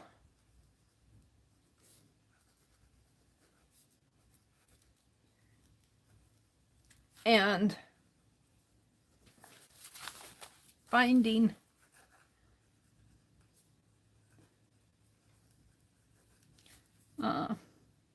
ephemera, put that in quotes, ephemera,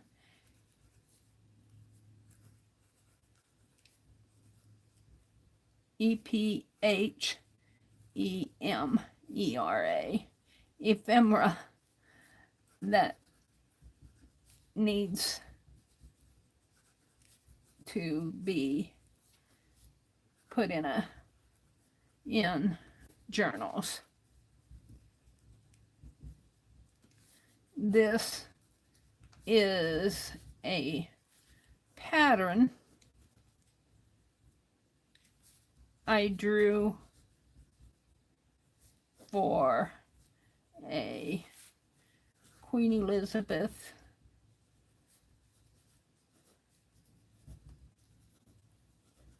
II paper doll, created on September 18th, 2022.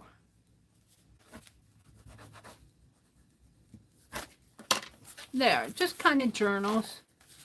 And this, I think I'm going to make it as a flip. And so let's fold this under. And where do I want to put that on the other side?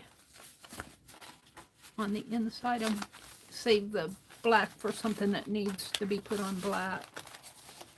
This is my July desk journal. I might need to put a couple more pages in there. Let's just put this in. Maybe over here goes better.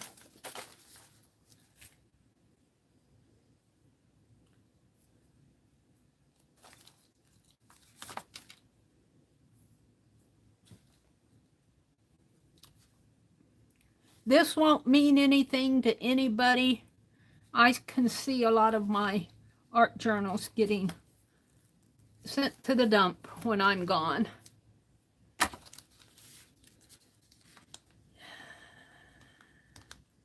However, I am inventorying all those boxes and everything, and I'm keeping all that in a composition book, and I'm ordering those boxes so that if something happens to me in the next couple years, you know, anything could happen.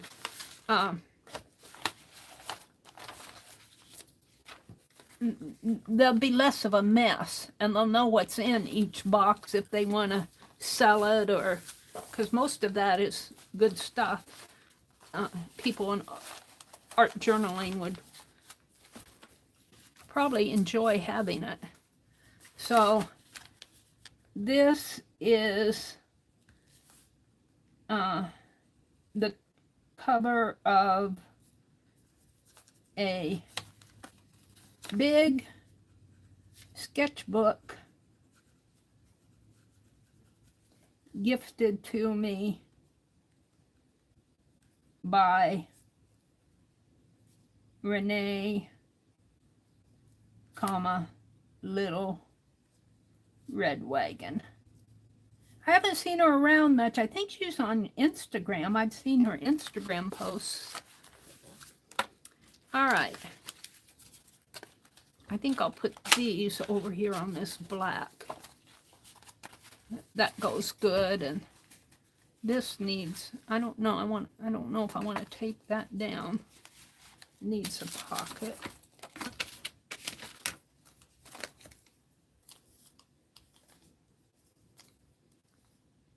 I don't know why I saved this. Looks like a clock and some, I don't know why I saved that. Alrighty then, am I at the end of this? This I want to put in a pocket, I don't know.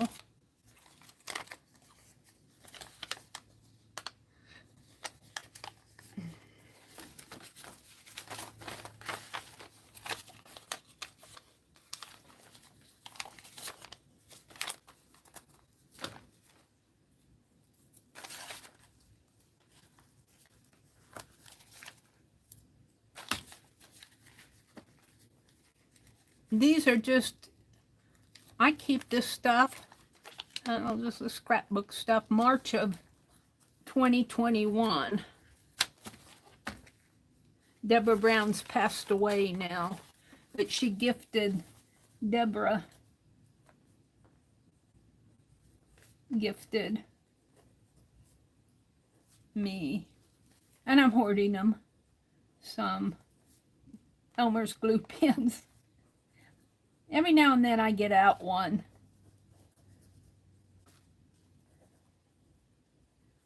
In March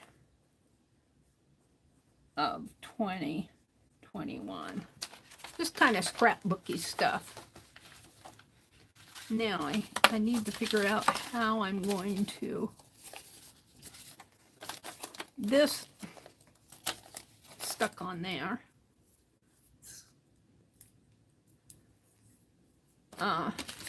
The pattern I'm going to keep for a while.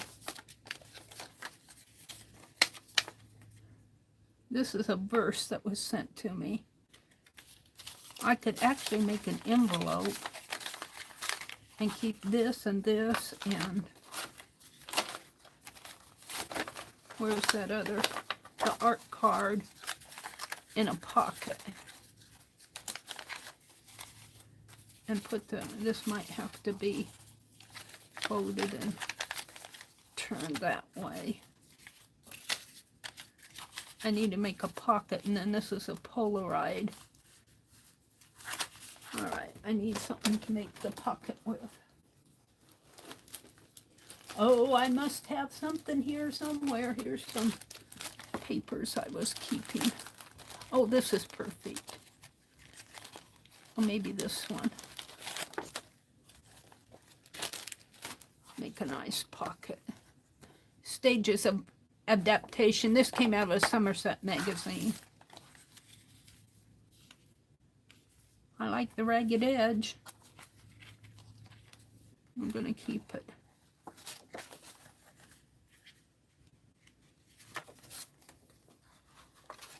Yep, right about there. I'm going to sneeze. So this just helps me clean up around my desk. Excuse me. Clean up around my desk a little. Hi, Stacy. Lori says we have 8 takes in our development, and I want to sketch 8 lakes. I'm sorry. 8 lakes in our development, and I want to sketch them, but I think I'll have to wait until fall. Oh, because it's so hot? Yeah, that's kind of you have to have the right weather. I'm gonna cut this off a little. I'm such a neat cutter. Where's the fold on this? Yeah, I think. Now, I don't trust plain double-sided tape when I stuff things in a pocket, so I'm going to both glue and tape this. Because I've found that you put too many things in a pocket and it will break the tape loose. If you put one thing in there, it might stay, but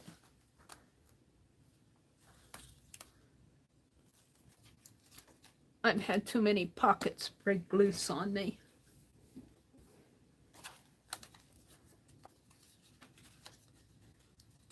So if you have things laying around, put them in a composition book, put them in a junk journal. If you can't bear to see them, I was going to put glue on there.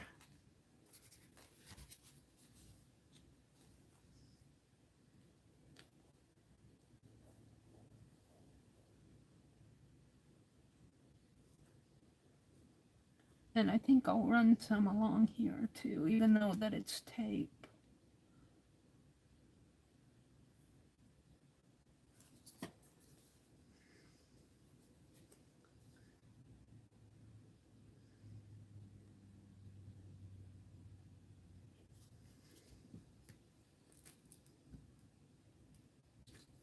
My desk is on a slant up there. Foam board is warping.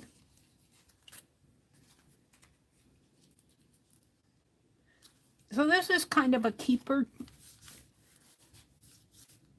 thing. Let's see, I was going to put the pattern like this. And then this, and then this. And I'm not going to push it way down. Now this, you know what? I'm not sure I want to. This is a faux Polaroid. I'm not sure I want to tape it down either.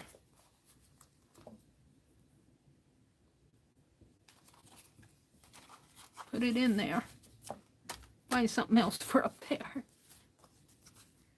All right, let's put the faux Polaroid on the front. See, I tend to stuff a lot of stuff in there. Now, I need something in there. I'm just going to take a snippet of this text. Original. Original. Belonging to or pertaining to origin or beginning of something or a thing's beginning. This book still has its original binding. New, fresh. We'll just take this little snippet. Just as fun. Put it right up there. Just because I need something to fill in the blanks.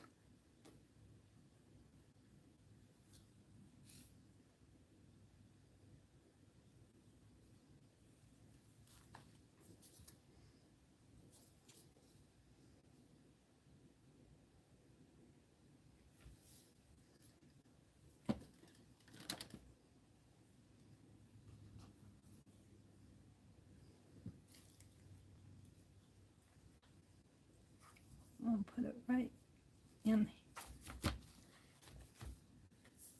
And it's not cut straight, but there we go.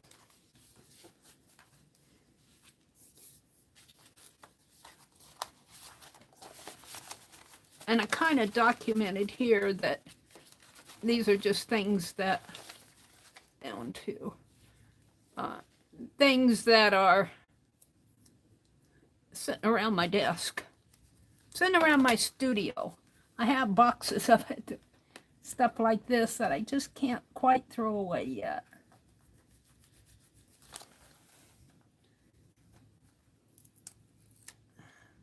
But I am getting it organized. All right, I'm happy with that. Now,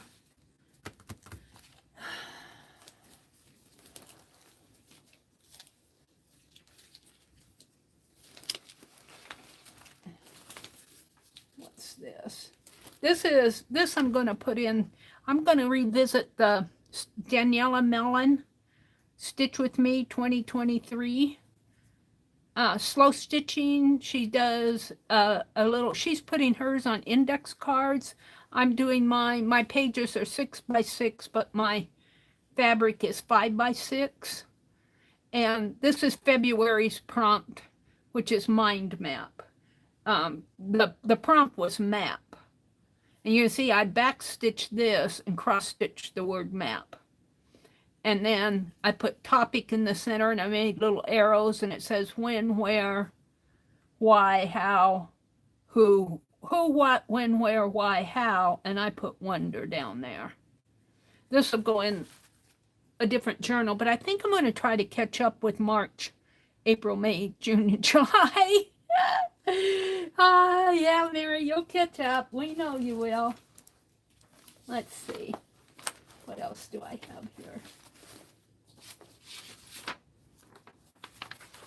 These were just papers that need to go out in the other room. This is more 4th of July documentation.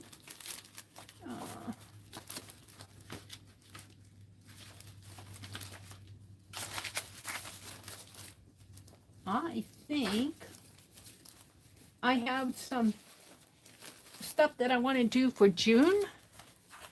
And June is not very well developed. I put them in this Christmas box because I had it handy as a folder. But in June, see, I was working on the Nancy Drew doll, and I had what I was going to do for her: the arms, the face, the skirt, the shell top, which is what I'm working on now, shoes, and I put socks maybe. Well, she's not going to have socks. Magnifying glass I've done, the hat I've done, the hair I've done. I've done a book. I want to do a jewel encrusted bell. So I was figuring out what I wanted to do here. I still got a lot of work to do on her. And here's where I was working on her face. And I think I have her face actually in here too. Do I have it in here or in the other book? No, I have it in the other one. I'll have to get the other one out because I'm not going to work on this right away because I need to find my June signature, which I don't think I have out. So let's put this back over here. I'm trying to organize things. It's a challenge, you guys. It's a challenge. That scrap paper just goes in there.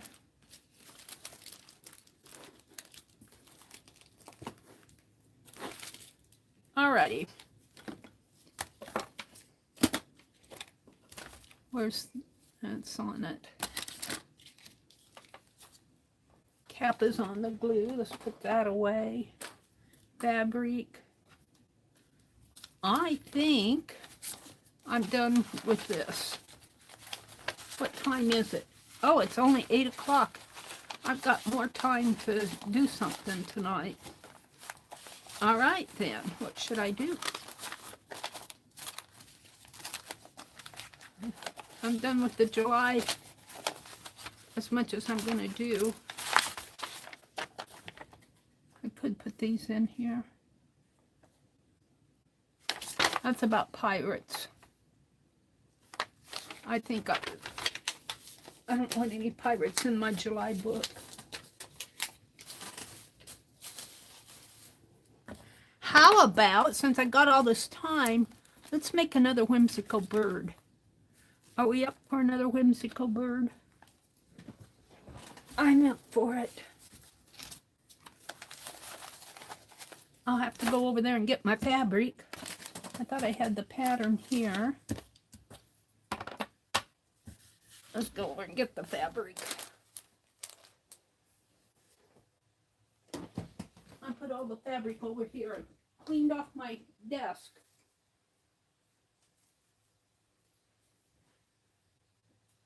Let's get it all out again.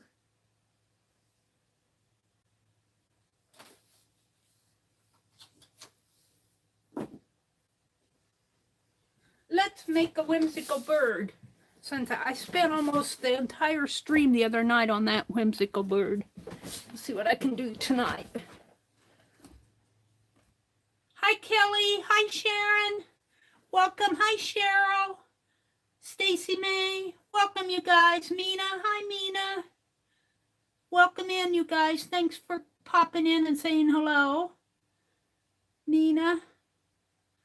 Cheryl. Kelly says, well, I didn't like the new feature of not seeing chat. I like to go back a bit and see what people have been saying. Well, I haven't been saying a whole lot tonight. I've been doing all the chatting. I was reading those letters, Kelly. All right, I have some more of this. I could use this as a base. We could use the birdhouse, but I don't know. I hung my, let's use this rusty fabric. Let's use the rusty, this is rusty fabric. And it's pretty well, you know, it's not grainy or anything. It's been pretty well washed. And let's see, what else should I use? So let's put this on here. And we can make a couple of them to tell you the truth. Let's fold it in half. Fold it, make two. 2 birds with 1 stone. We're going to kill 2 birds with 1 stone. These are so fun to do. This is inspired by Janet Nash. Thank you, Janet.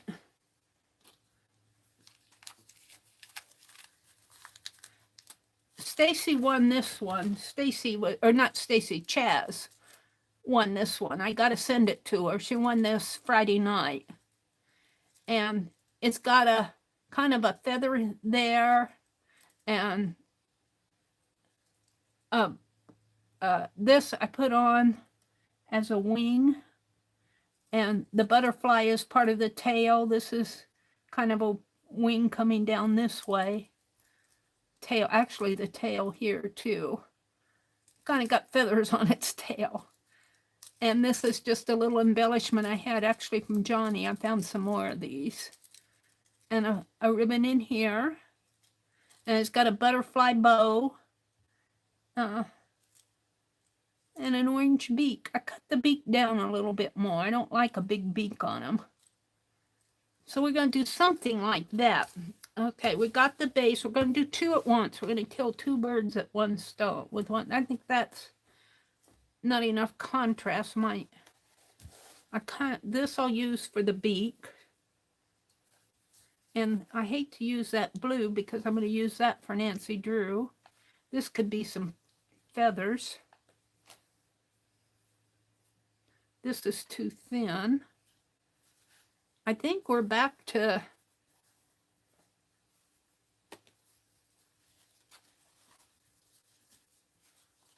this is leftover. Ooh, I kind of like that. It could be kind of a, I'm going to say a bird that's camouflaged, but I kind of like this too. Let's keep this out. And yeah, So we're going to go with, I'm going to keep all the fabric out, but we're going to go with these pieces and this for the beak and maybe some tails, feathers out of this. So let's cut out, oh, and I need a piece of this fleece I've been using for the stuffing, the wadding. The wadding, Janet calls it, and I just cut out I just whack at it. I bought it thinking it was batting, and I got it home and I got fleece, not batting. Oh, dearie me. I was in a hurry, I think. I know the difference between batting and fleece, but this was nice and soft. And to tell you the truth, I think this was in a roll, and it probably had it marked as fleece. And get it off the table. All right. We'll come back to that because we just want a little to stuff in. So let's cut this out. Actually, I'm going to draw around it.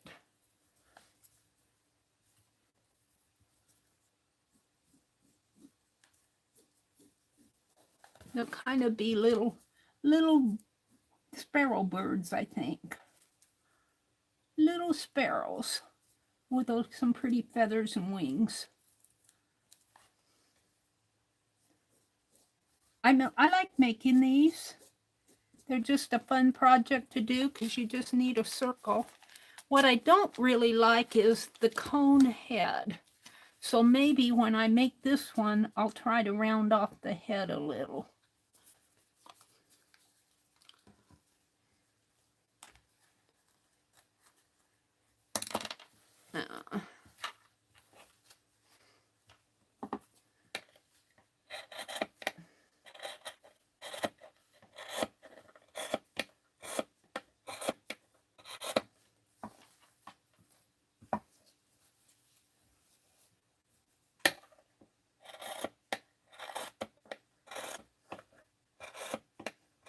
I'll have to make some more of this rusty fabric. Rosemary did a rust journal, caboodle. And I got all sorts of rusty stuff, but I don't have the journal done. All right, so we're going to cut 2 of these because I'm going to make 2 birds. I'm going to do them both at one time. Yeah. And maybe I'll keep one and give one away. So if you're out there thinking you have a chance, it'll probably be later that I give the giveaway because it takes me a little bit of time to do this, but we'll see.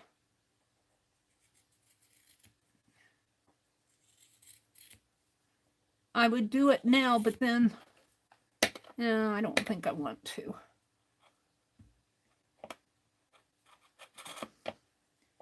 And I don't like to do the giveaways in comments because I like to have you guys who actually come to my streams have the chance to win. You got to be present to win if you want a birdie.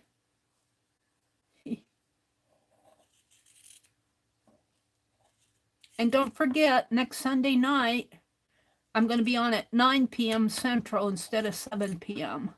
Part of Tanya and Lisa's streamathon. I'm just going to toss this because I keep too much of that stuff. And it's not big enough to stitch. All right, so here's the base of the birds. But see, when I do this, and this becomes the head, it becomes cone shaped. So when I stitch it, I think what I'm going to do is kind of push this in a little. Wait a minute. I got to think. I got to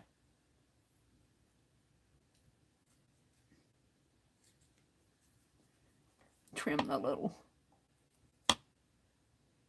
Doesn't want to trim. Come on.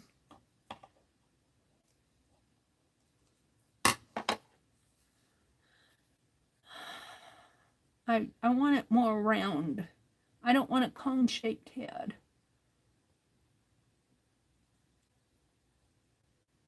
What will happen if I go like, it's kind of hard to handle, which is probably why we don't do that. It's because it's so small. I guess I'll do what I did on Stacy's. Stacy's was more round than mine, but it's still kind of cone-shaped. I stitched around the neck and I drew it tight. I'm still not happy with it. How can I make a round head?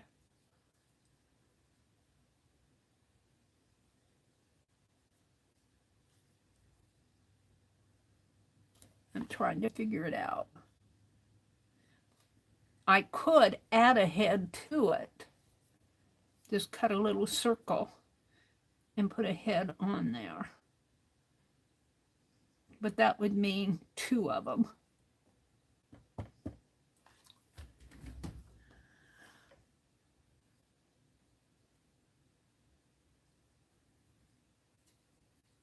See, when I'm going to continue on. I don't want to mess with it too much tonight. I want to get done. And then the other thing I'm going to do is put the hanger in it before I stitch it up. So we know these are 3 inches across approximately. So right in here, let's do it on the back side. We'll call this the back side. And maybe I should zoom in. I'm way out. Let's zoom in. Zoop. Now. I think that's a little better. Ouch.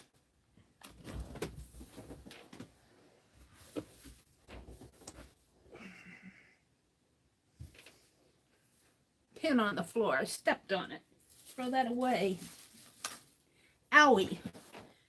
It must have been knocked off by my elbow. That hurt. All right. So right about here is the center. So right about here to here, I want to put a little slit. Right in here. And let's do the same on the other one.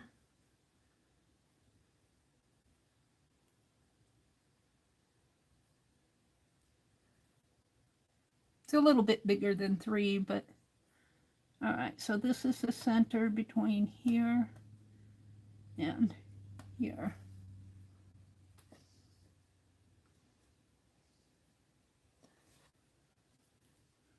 Whoa, that doesn't look right.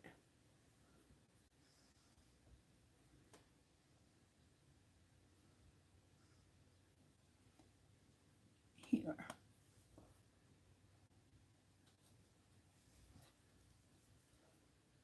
Right in there.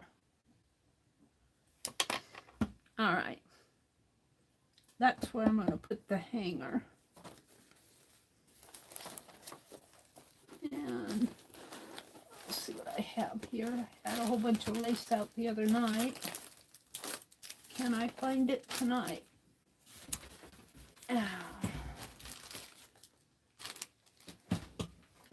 Yes.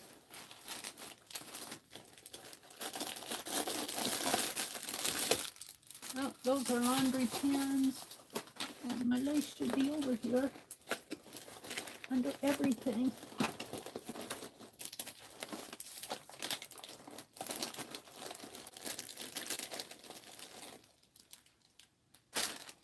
Well, that's not it either. Let me lift all this stuff up.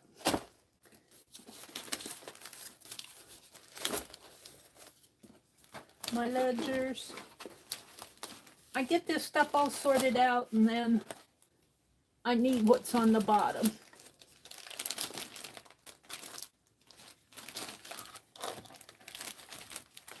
Where's my lace?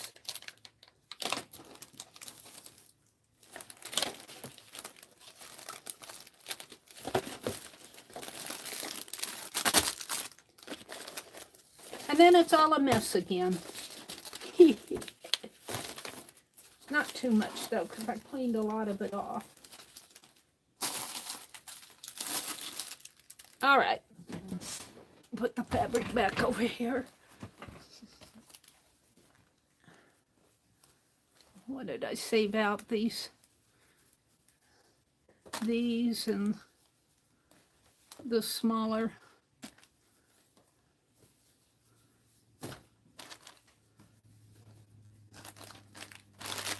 This and that. Okay, we're good. So I'm going to put the hangers on. So I'll figure out what I want to use for a hanger here.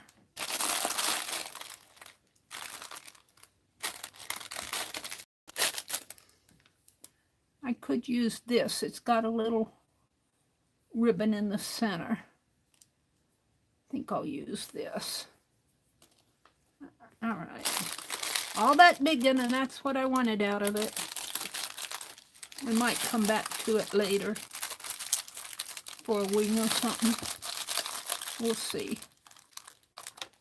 Actually, I like this too. It's got color to it. It's got a little purple lavender to it. Yeah, I'm just stuffing it in there. Not too... Ooh, let's keep this black out.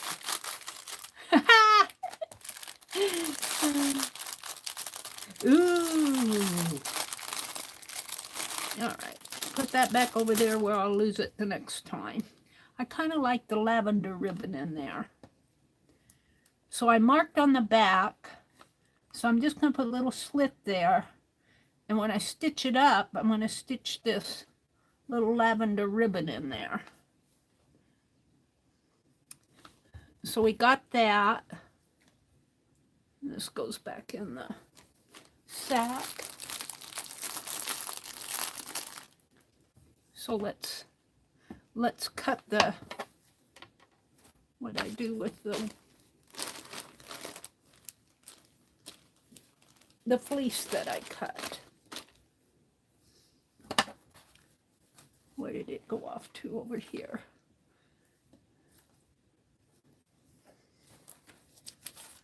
And I just need a smaller circle of this. I should make a pattern for it, but I'll just cut it shorter, smaller. And I need 2 of them.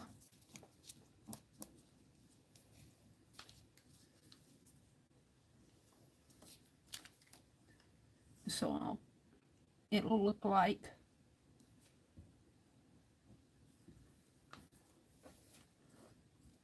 and then I'll cut it in there, but I need to fold this in half.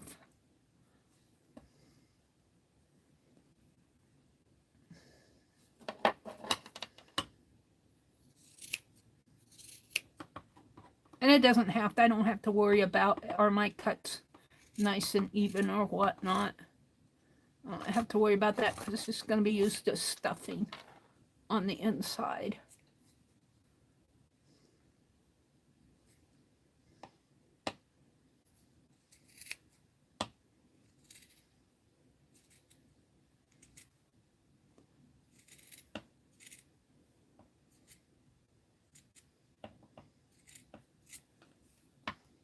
I think that will do. Got my little bag of, all right, 1 in each one. So 1 here and 1 here. So this will get put this way, but I want you to put that ribbon in there.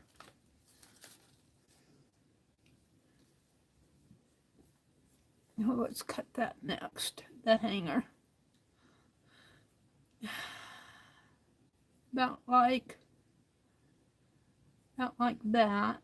Some of it will go on the inside. That's pretty good. So let's double that because I need 2 of them. About down to here.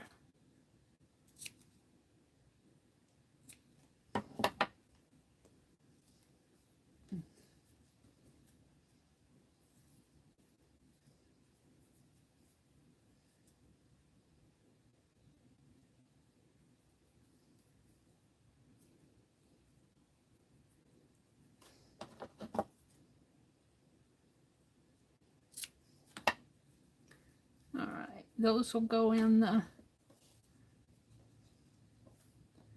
actually they'll get folded, but I'm not going to do it right now. Those will go in here. And I think I'll go ahead and do the beak too and stitch it on in there. And what I do for the beak is just find a little piece off of here and snip it off. And I don't have a pattern for this either. I just kind of cut a little square. Try to.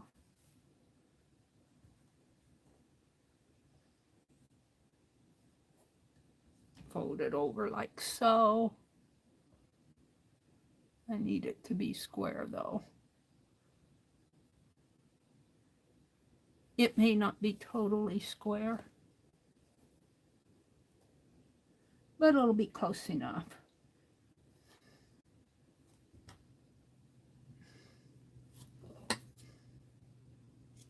I'm going to cut it here.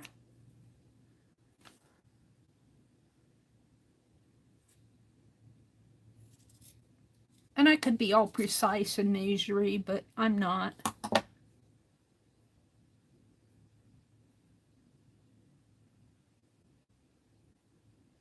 Fold that in half. And let's trim this off a little.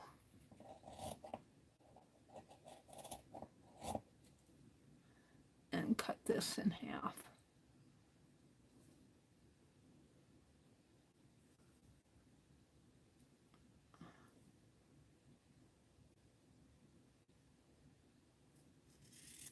Like that. And then you take it and fold it in a triangle and then in another triangle. And that will go in here when I stitch it up. And I don't like the big beaks, so these birds will just have little beaks. So we've got the hanger, the beaks, the base, the stuffing. Let's do some wings. And I thought I'd do the wings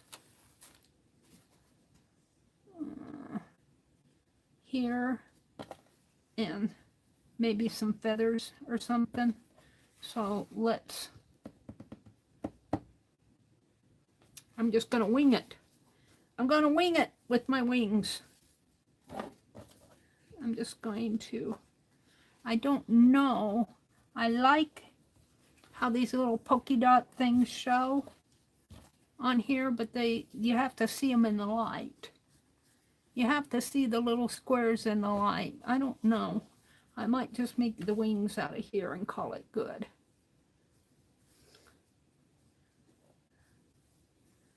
So I'm going to use this, and I'll need 4 of these. So let's fold it this way and this way. That should give me 4. And of course, straighten it out a little and make sure that it fits. Oh, wow, it's going to fit fine.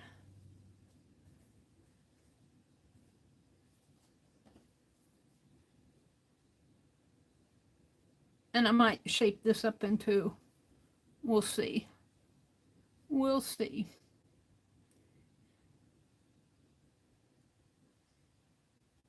I actually would rather have a fabric that, well, we'll do this. Meri's thinking.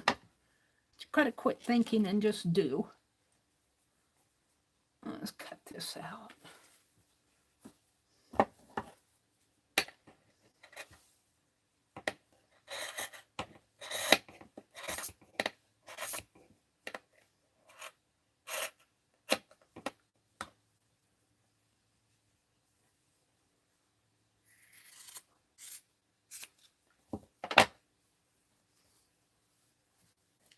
right. So now we're going to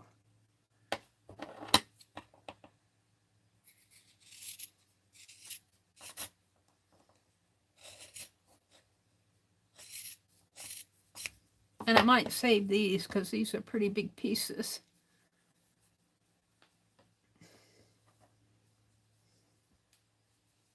Make sure I have it.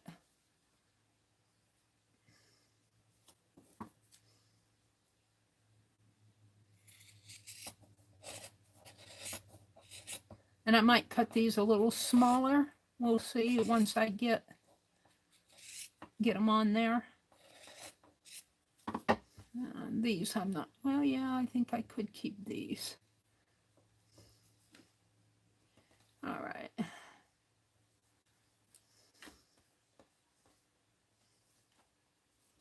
So the stuffing.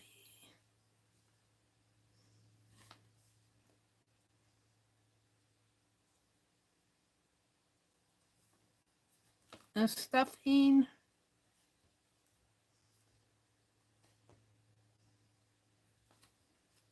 The hanger. The beak. And some wings. So I think the wings can be a little smaller.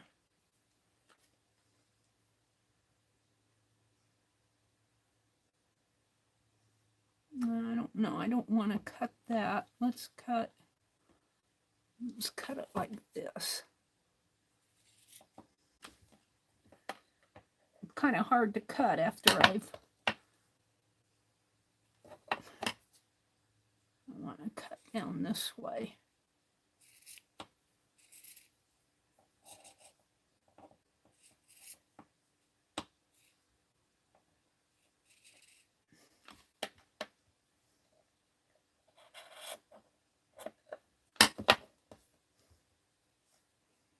More like that.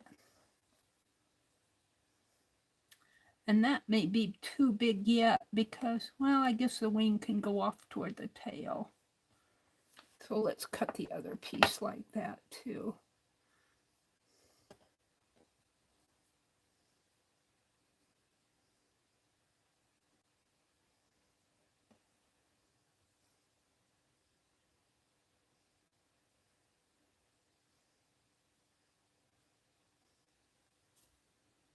My camera's still crooked. Sorry about that. I think it works itself out of, I get it straight and I either bump it or something and it goes crooked again.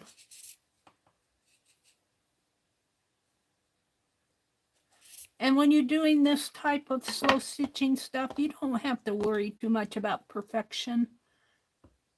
All right, one wing on each side of the body. But it just occurred to me that on this side, oh no, he's good. All right, so now what we're going to do is make this little slit in here. And I'm just going to do it with my scissors. Right in here. I'm just going to make a little slit to put that ribbon in.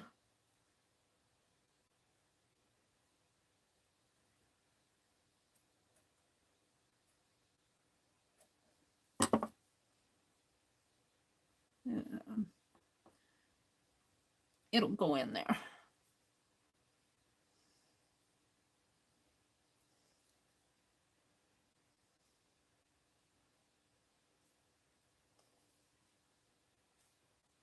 I want it to go this way though. I want the rusty on the outside. Put it through one at a time.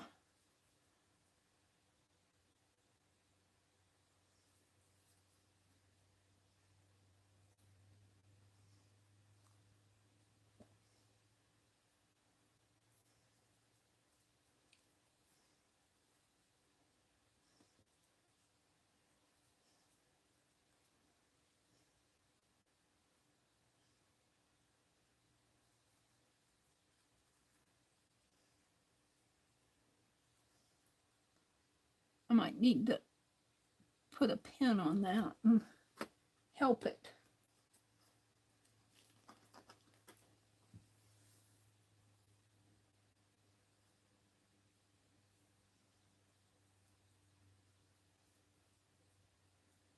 Maybe I need to put them both through at the same time.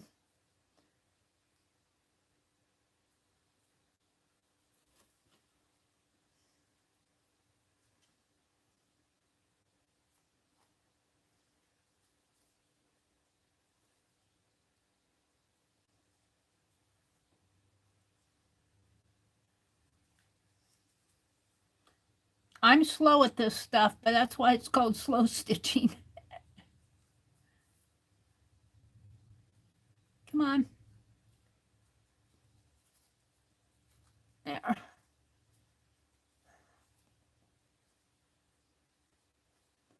Now, that and this, we're going to put the wings on later.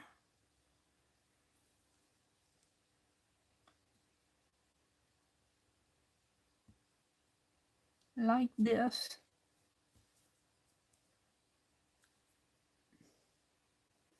And I'm going to pin that.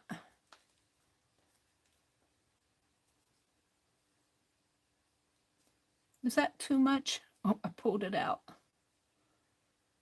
I think I can bring that down a little more. I think that's a lot.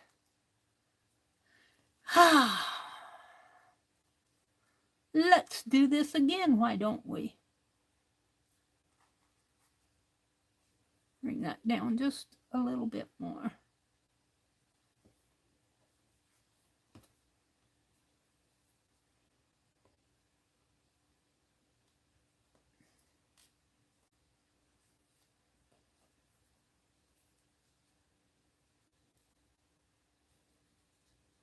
And pin that.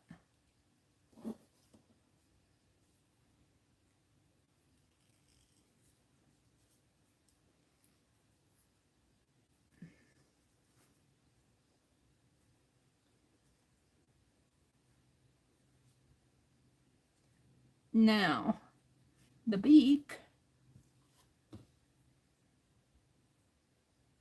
those are the wings. The beak I had all folded up like this in a square, and then fold over one. And then I'm putting the long side in there, but I might have to do it when I stitch it.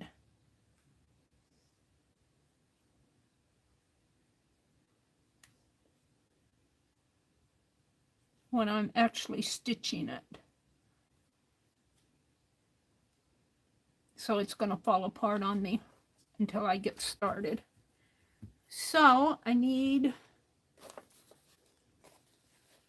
a needle and a thread. I think I'll use this to stitch with.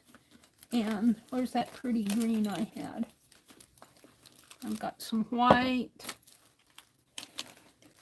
I've got some tan. I could use that too. And where's that green? He was here. He's buried under all my stuff. Here it is. This is just what I have, and then I had some tatting yarn, tatting thread. I took it out in the other room. I could add some dimensional yarn. We'll see. Oh, I got some gold embroidery thread. And we might put this black lace as an embellishment too. All right, I need a needle. And those needles I was using the other day are awfully long. I was using this one, but it's got a big eye. I got needles in my drawer yet, or did I take them all out? I've got needles in here, but they are yarn darners and yarn darners. They're not sharp.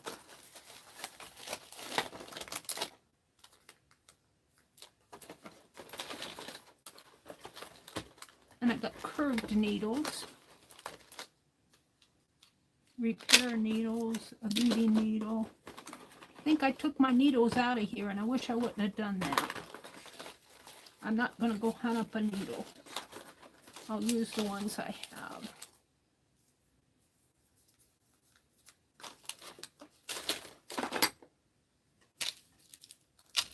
Beading needle. I don't think these repair needles are sharp enough.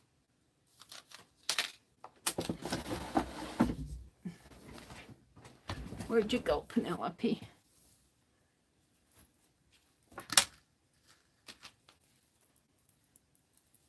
She eats these needles. There's something sticking out there. They're sharp when you don't want them. And I think that's from something she ate. I don't know if I can get that out of there. I keep poking it. Where is it? It's right there.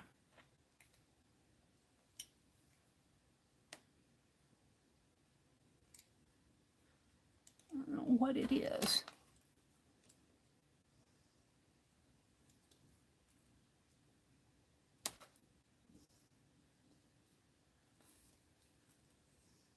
Well, whatever it was, it's not there anymore. She said, "What are you doing? Leave me alone. Take your needle and go." This one's awfully long. But I can do several stitches at once. So we'll use that. And I think I'll actually use the gold embroidery floss.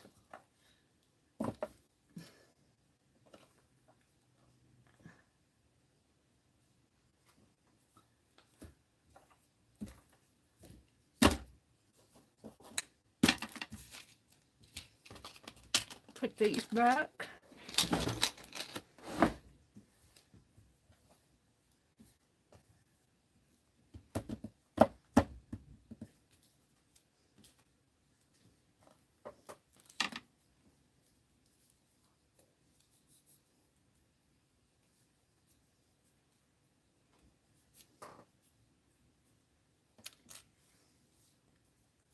Find the beginning of it.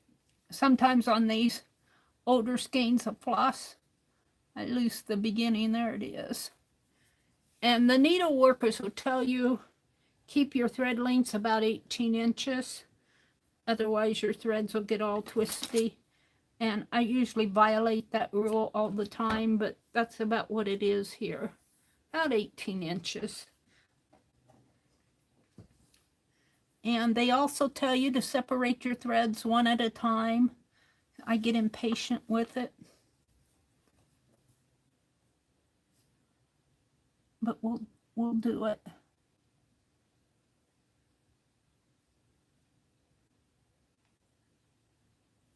And you separate your threads because it pulls the twist out of them, so to speak. And it's important when you're doing needlework, when you're doing slow stitching like this. I don't know as if it's as important to separate all your threads, but we will do that just because. Because.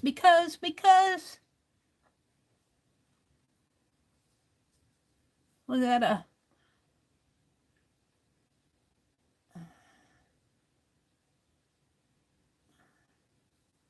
What am I doing here? It's hard to see on this desk surface. I wanna put my threads back together. There's 1 and 2. Let's do 2.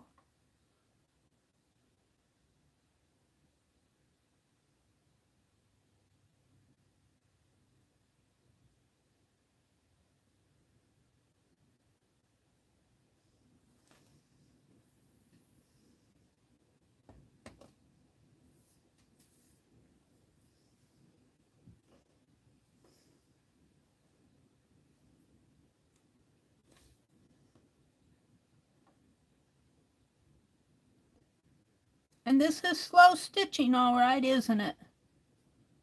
Did I drop it? No, I have all three of them. But supposedly that gets all the tangles out. I think I pulled that third thread down a little more. I did.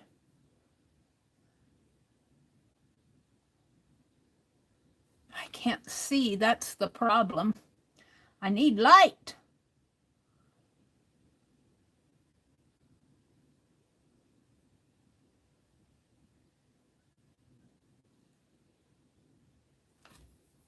All right, that thread should be untangled. Now, where's my needle?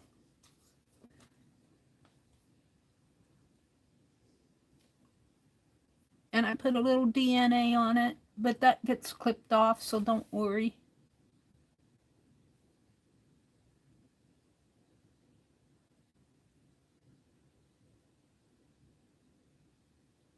Thread the needle. I thought it had it in there. Did I jerk it out? All right. So let's get my nose close by and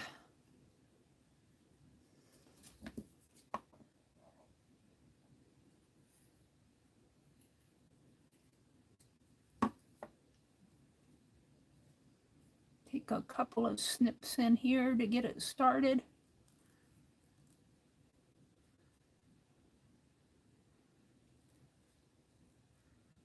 And we're just doing a blanket stitch around the edge. I'm leaving a raw edge. Pulled it right through.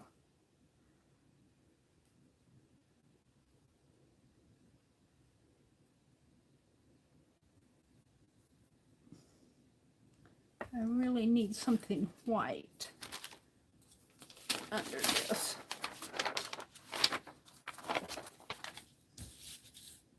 Now I'll lose everything.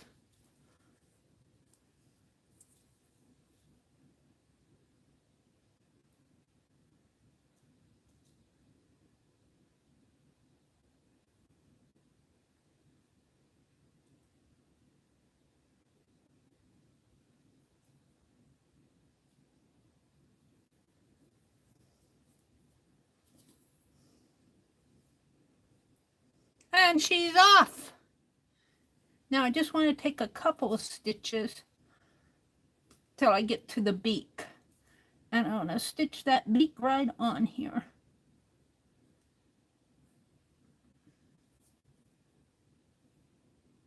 Give me a minute here to help me find my way.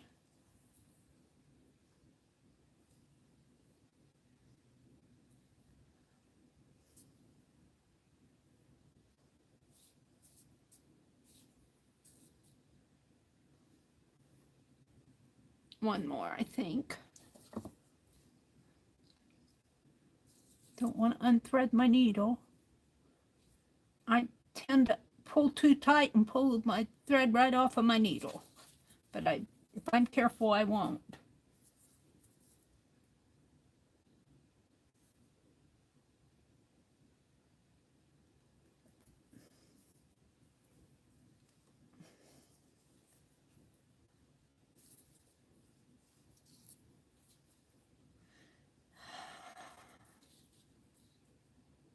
Now on those others that I did for myself, I put tatting on it, but I don't have anything tatted up. So these aren't going to get tatting. All right, we're going to put the beak on. So we fold it into a triangle. And we could use just that, but I fold it one more time. And fold it again.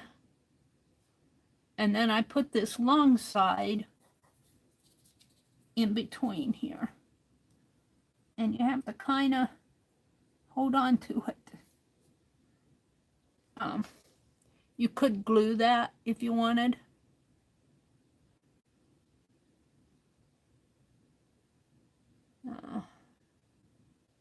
It's not cooperating with me.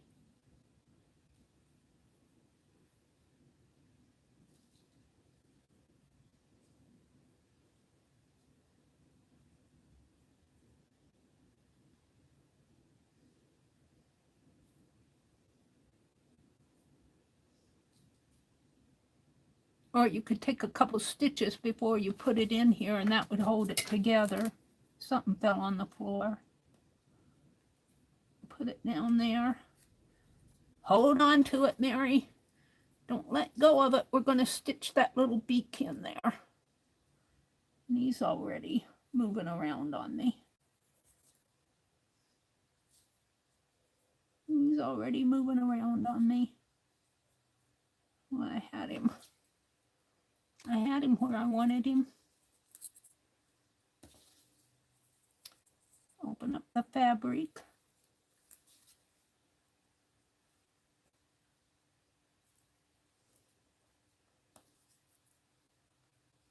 Close up the fabric. Hold on to him. All right, now I just do a running stitch on him.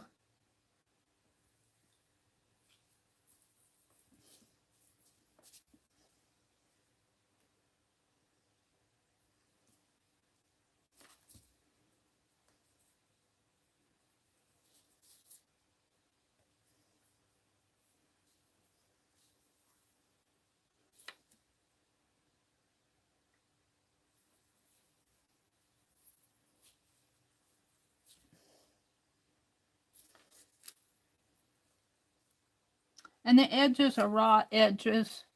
I mean, you could take the time and seam up the edges or put binding around them, but we're not going to do that. These are just little whimsical scrap fabric. Whatever fabrics you have around. There, the beak's on him. I don't like the cone. I wish that I could figure out a way to get that head turned down without... And what we did with that other bird was we put a hat on him, which was the butterfly, and I might put a feather up there or something. We'll see. Now, the next part of it should be pretty easy. Let me put another stitch in here. Get it in there. Get in there.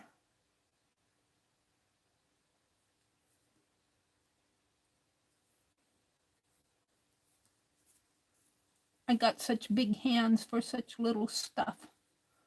I want to just turn just a little more down there. Now do another little stitch in there.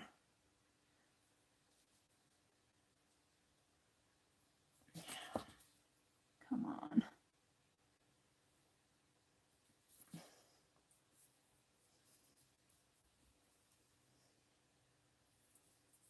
Okie dokie.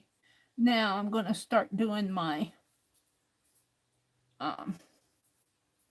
blanket stitch again. I'll make a leg here, and then I'm going to turn it this way. Well, that's not too even in there, but it is what it is, what it is.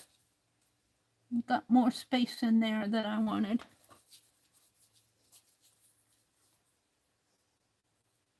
Maybe I'll snip that off. I need my little scissors.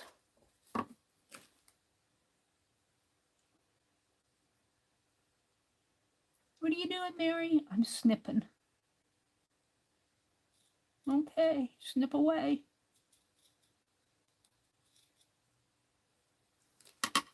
There, I like that a little better. I might clean that up a little bit more, but it looks better with not as much fabric there.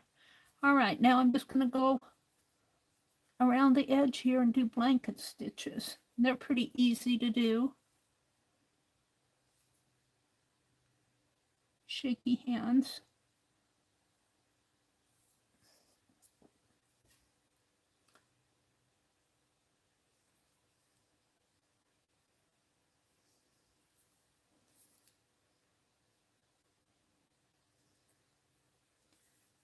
And I wouldn't say that I do the best blanket stitches in the world, but they're not bad either. I don't pretend to be something I'm not. I'm just at my own skill level, probably about an intermediate skill level, I would say.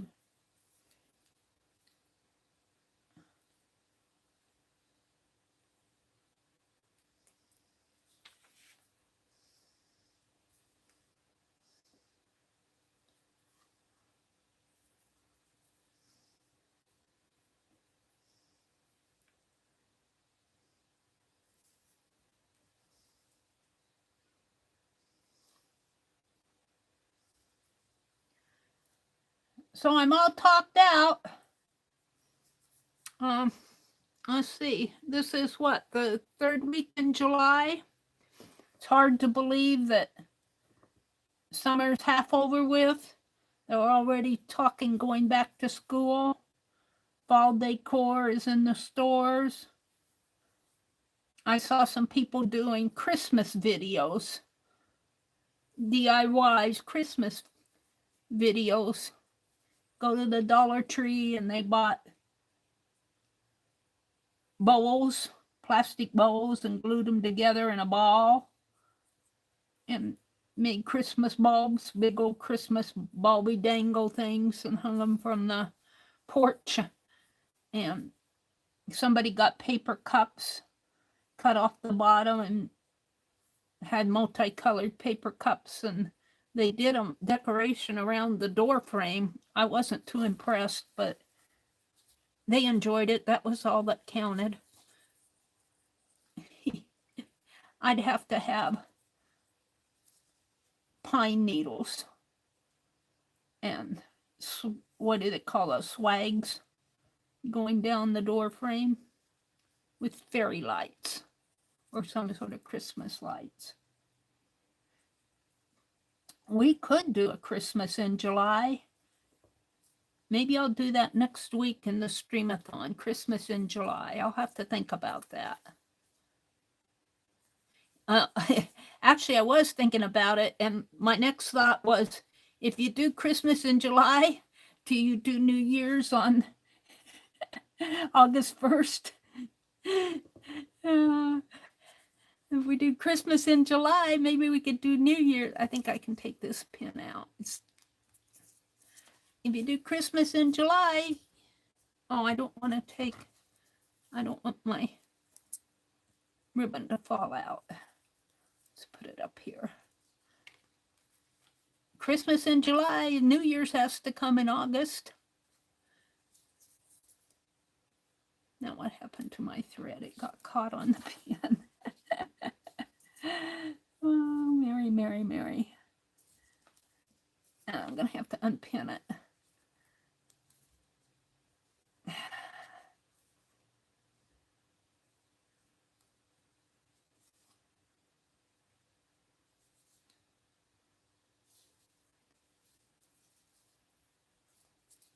There we go.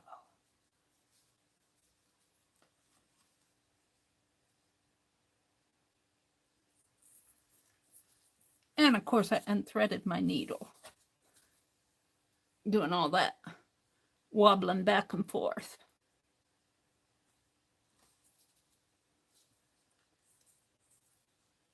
Somehow I only ended up with 2 threads. Don't ask me how that happened. I don't know. But we're going to use them because that's what I've been using. What happened to your 3rd thread, Meri? I must have lost him long ago.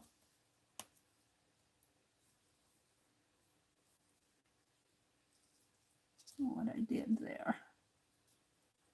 Did I catch it? It doesn't look like I caught it there. I'm going to do another stitch around the top anyway. I never said I was perfect. Actually, I need this closer to my eyes. I need the needlework right up to me. When you work under a camera, it's hard to get things situated.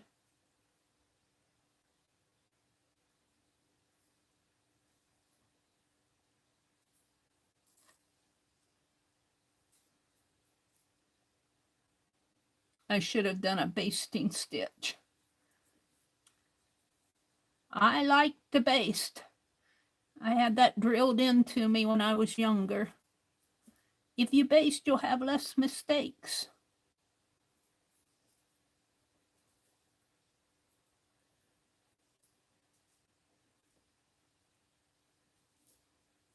And I tend to make a lot of mistakes.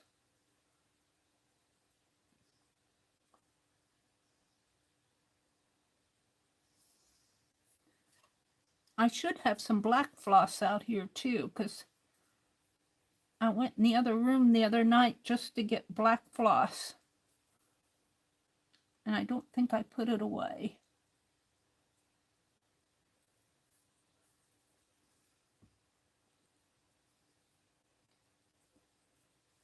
Gosh, I hope I have enough. I should.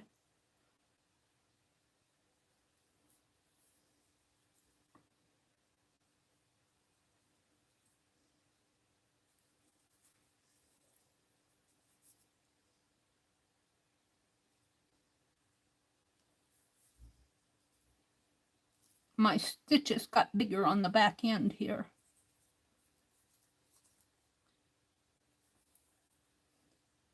They got wider. You should keep your stitches the same distance down and the same distance across. I'm not good with that. But that's okay. If you draw a line, you can get them the same distance down, but I don't fool with it.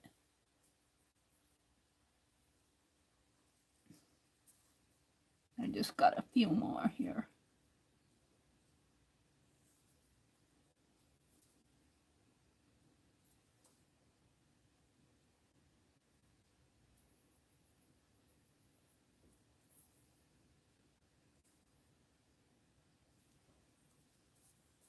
Hope I have enough.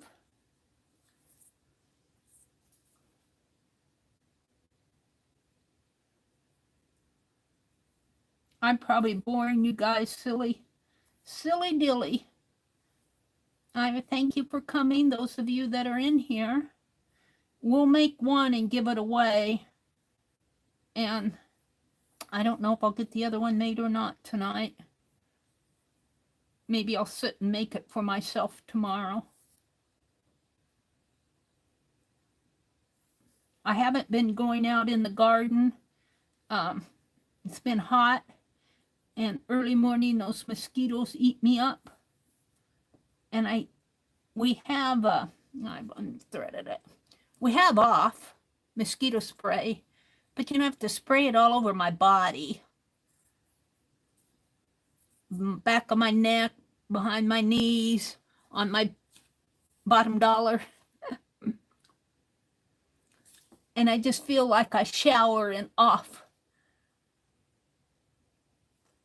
But the weeds aren't too bad because it's been pretty warm, but we had some rain, so I probably need to get out there and pull some weeds in the garden.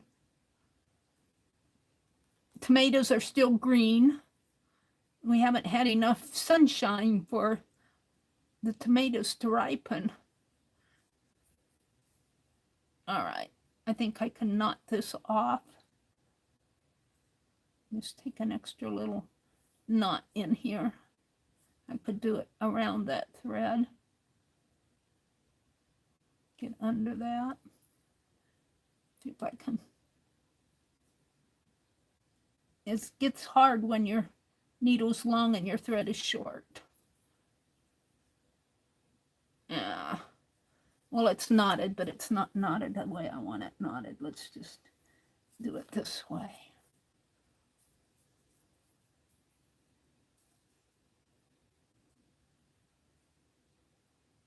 In there. There. Now, put it back in and slide it between the fabrics here and let it go under so it doesn't show on either side. And then I'm going to catch it on that fleece that's in there, come out the bottom and pull it through like so. Make sure that you have it nice and even. And this is wrinkly because of my pin in there. We'll pull that pin out in a minute. But when you cut this thread off, give it a little tug. You only want to cut the thread. You don't want to cut the stitch, Meri. Give it a little tug so it'll pull back in there. Now I'm going to stitch this closed. And do I have black out here? My black. Here.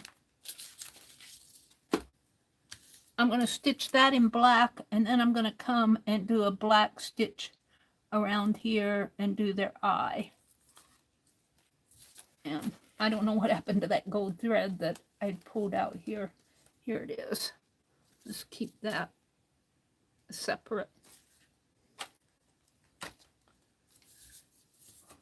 What time is it? It's 9:01. I might get this one done by 10 o'clock. I usually quit at 10 o'clock. We'll have a giveaway. I'm not going to bother with separating all these threads. I'm just going to pull out 3. 1, 2, 3. See if I can get them out without too much of bother here. On pieces like this, if this were a needlework piece, you would want to but you got to be careful. The reason they pull one at a time, because if you don't, you can run into knots like this. Straighten that out again.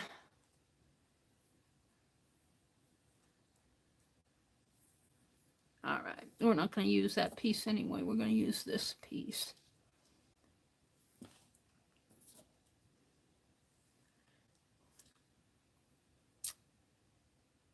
And I'm not doing fancy dancy stitching. We're just getting him stitched together here. And he's not that poofy. He's got some poof in there, but he's not totally poofy. And I'm going to come down under here and come up right in at the edge there. So I'll have my thread hidden in here. And I'm going to hold on to that hanger with my thumb, and it goes about down to there.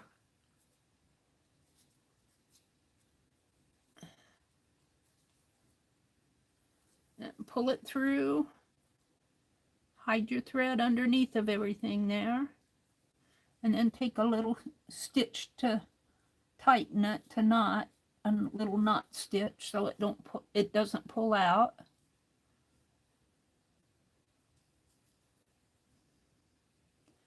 And I think I'm just going to do little kind of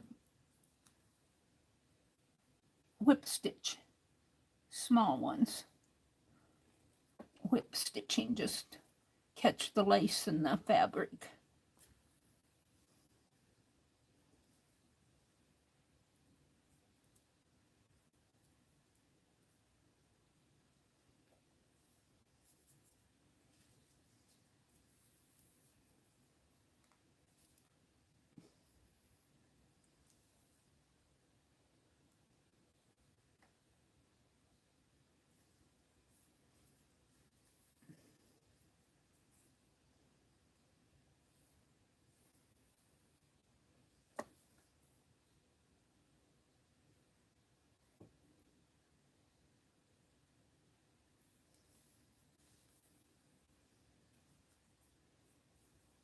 Now, when I go to the other side, I'm actually going to take a stitch over from one side to the other, kind of like over the fabric, kind of like that.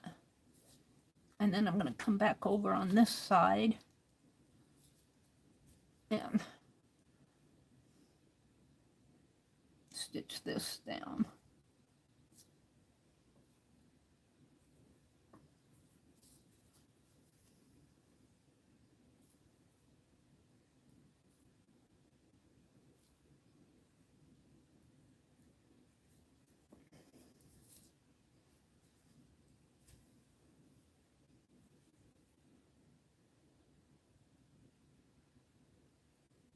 So tonight we read letters, and I chatted a lot about shared with all that information that Karen found for me about Alexia and Harry.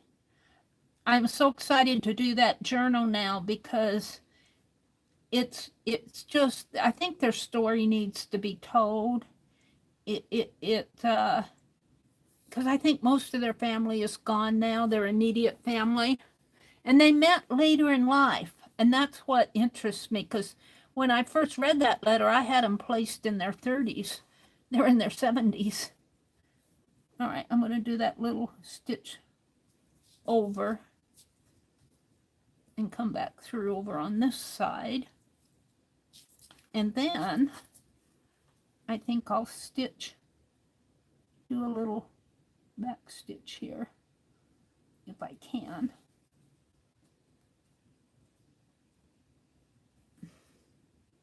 Kind of give it a little collar.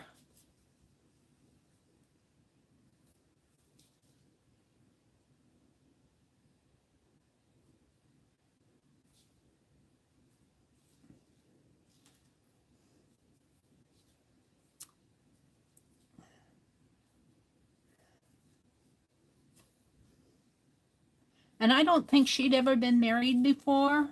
That was my understanding in real life.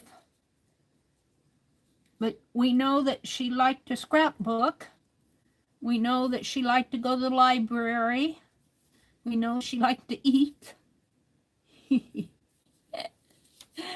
What else do we know? She was musical. We know she was musical.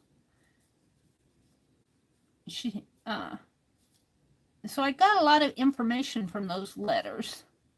We know that he was, I think he actually taught mining at the School of Mines too, but he was also the,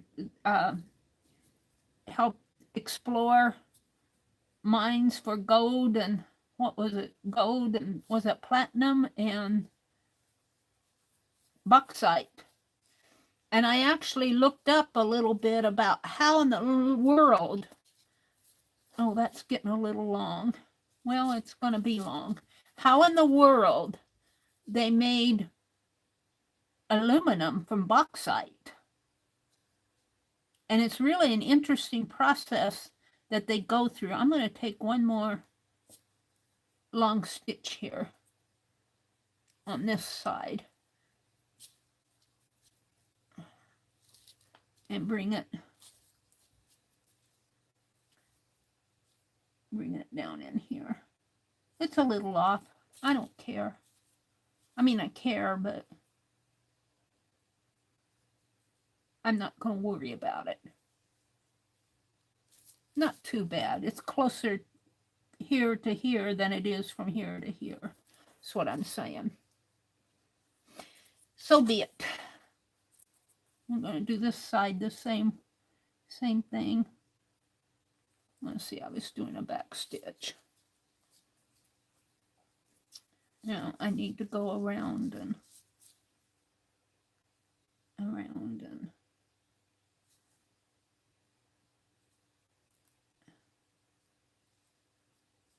through this way.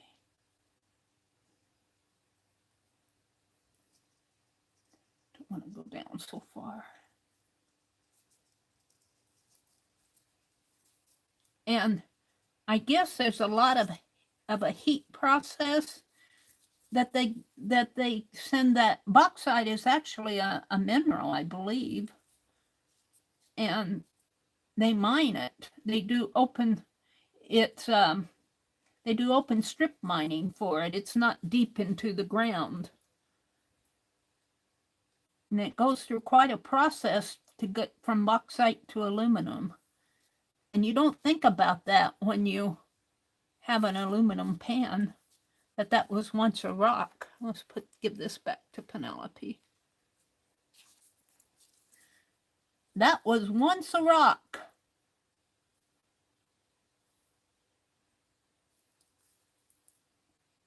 That aluminum was once dirt.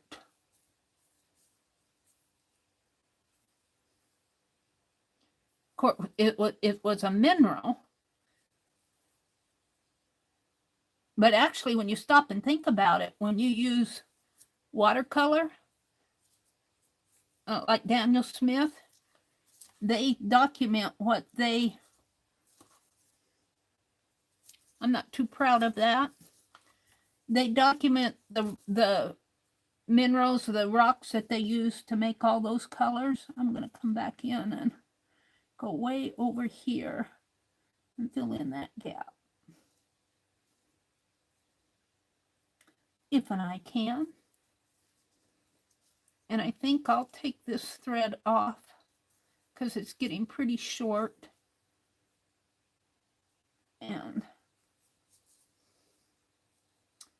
But their story is an interesting one.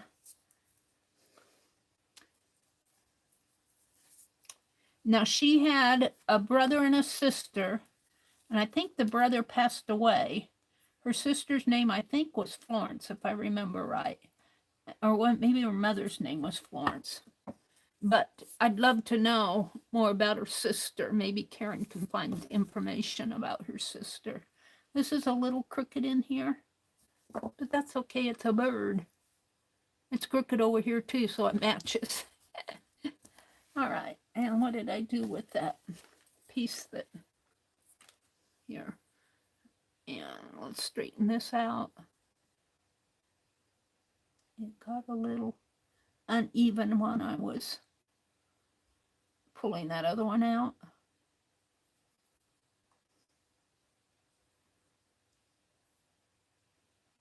Where did it go? They fall on me.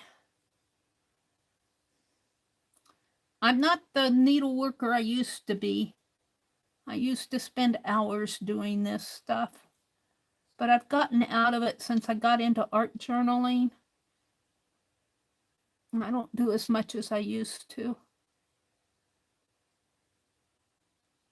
And if you guys watched Arnie and Carlos, don't know if you guys watch them or not, they do a lot of knitting and fabric work type things.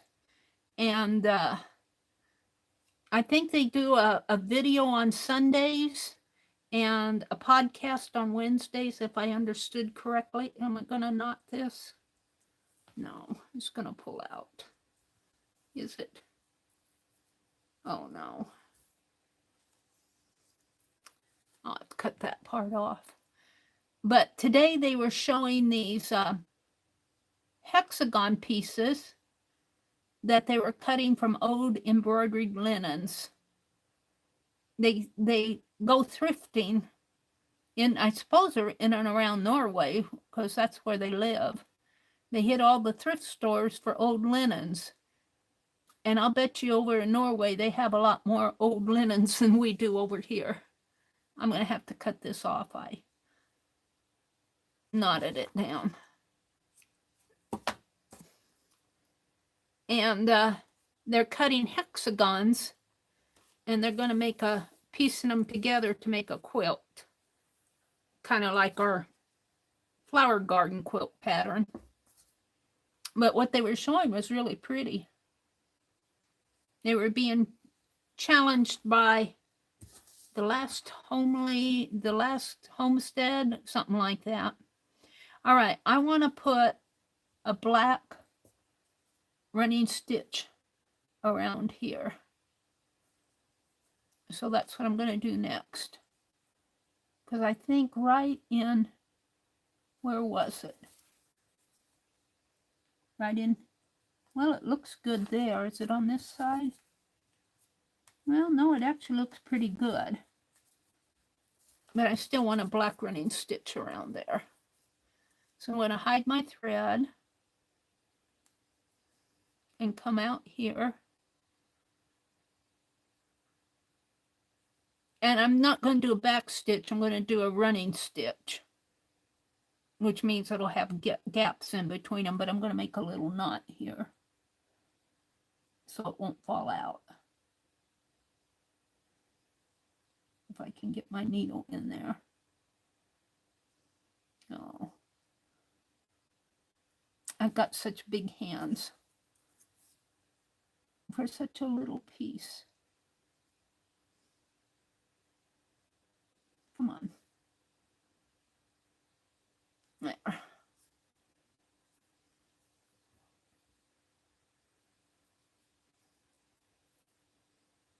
All right, we're just going to do a running stitch around here.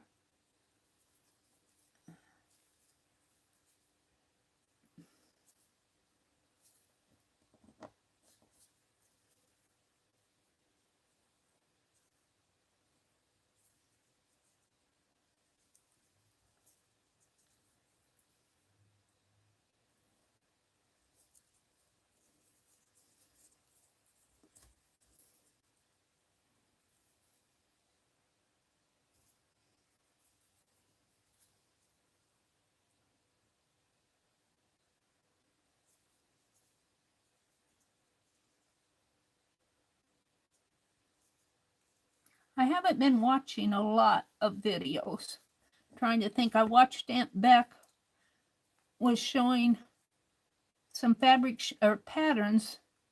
I think it was patterns she was showing that she got on sale for Project Dress a Girl. They were having a pattern sale at Joann's. I don't know if the Joann's in our area is still operational. They're closing down that mall, or they're remodeling the mall. And Joann's was kind of fighting them on the lease. All the other stores were leaving, but Joann's and the theater, they wanted to stay in the mall area. And they said that the people who bought the mall were violating their lease by making a move. I don't know how that all turned out. That's pretty good. I'm liking that. And see this black lace? That black lace will go good. Accent cut on there. And I might try to do something in here to straighten this area out a little. We'll see. So I don't know what's going to happen with our Joann's.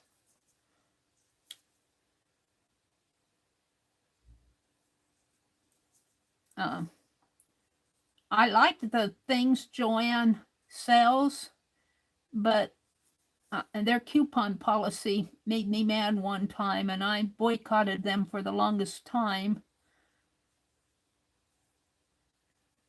because they said everything in the store. Everything in the store, when you go up to the cash in your coupon, well, that was already on sale. I know, but you said everything in the store. Oh, that's horrible. I can't do that. I got to take that out again and rethread my needle.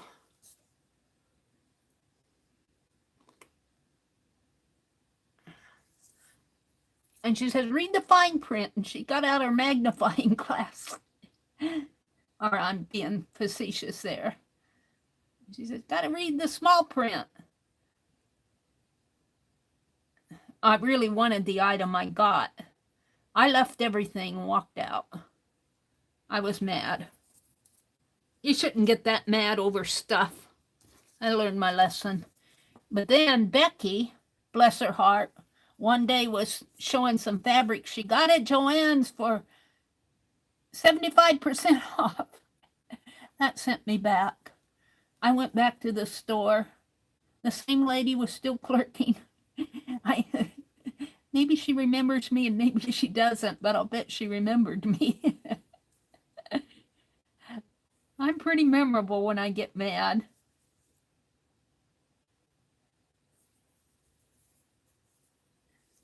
And she didn't say anything. She still checked me out. She wanted my money. I usually give them pretty good. I'm liking this a lot. She's usually, they want your money, and I usually spend a lot when I go. But I haven't been shopping at Hobby Lobby or Joann's for a long time. I haven't been up that way. I haven't been thrifting. My brother came home. Well, he came in. I was sitting in my recliner this morning, and he came in and he said, should I enter the beard contest? And I thought he said beer, B-E-A-R. And I'm going, beard contest? What's a beard contest? No, you shouldn't enter it. And it was beard, B-E-A-R-D. They're celebrating, our little town is celebrating its 250th, is it 250th centennial? And I guess they had sometime this afternoon, they had a beard contest. He's so proud of his beard. I think it's shaggy. And that's what I told him. I didn't realize the contest was today. I said, he went to one barber who's retired now, but that barber, did such a good job one time on his beard. Now, where should I put that eye? And he came home and I looked at him and he looked just like an English professor. It was really, let's see if I put that eye there, up here a little or down over here, closer to the nose, right there, I think. That's where it's going to go, right in here. And I'm going to try to make it a little more cute. I usually don't get these eyes in here good.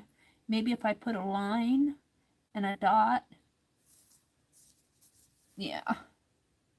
A dot and a line like that. Yeah, I like that. And I told him, I said you should enter the contest, but you should get your beard trim like that one barber did. And he hems and haws because I thought the barber did an excellent job. And I told him so, and he didn't get enough compliments. He just got compliments from me. And he said, well, nobody said anything to me. And I'm going, well, that doesn't matter. It's still, and it's so shaggy. His beard is so shaggy. And he said, well, I bet I'd win for the length of it. And I was thinking, yeah, you probably would, because you never get it trimmed. And I told him, I said, your beard's too shaggy. And I think he was actually thinking about entering it, and I think I talked him out of it. I didn't mean to talk him out of it. I said, well, I'm not going down there. I said, if you're going alone. And I don't think he had the courage to go alone. I think he wanted me to go. I kind of felt sorry afterwards that I didn't go with him to his beard contest, but oh, dearie me. Let's do the other eye too. And yeah, I didn't encourage him to go enter the contest. Then he told me, he said, well, I've been doing stuff all weekend. I haven't been out of the house for about a week, you guys. Yeah, I went out to the garden a couple times, went out on the front porch a couple times, but that's about it. I've been in here. I got all my yarn wound up, caked into yarn. Got all that done. I've been cleaning my studio. I've been working on projects. I've been inventorying boxes. I've been busy in the house doing laundry. And he said, they had a citywide garage sale yesterday. I'm going, they did, and you didn't tell me? He just laughed. I missed the citywide garage sale. But I don't want to go to any more garage sales until I get this house, all my stuff straightened up. It's uncomfortable the way it is. And I'm working on it, and I'm going to get it all straightened up, and then I can go to thrift stores and garage sales, but I'll probably be a lot more careful with what I bring home, because I've got enough. And a lot of the things that I buy, if I save my money, I could get like a nice set of Daniel Smith watercolor. That's what I'm eyeing. That's my next, I want a couple things. Let's see, I'm going to take a long stitch here. And let's see if I can do this now. Come out over. And I don't know if you guys can see this.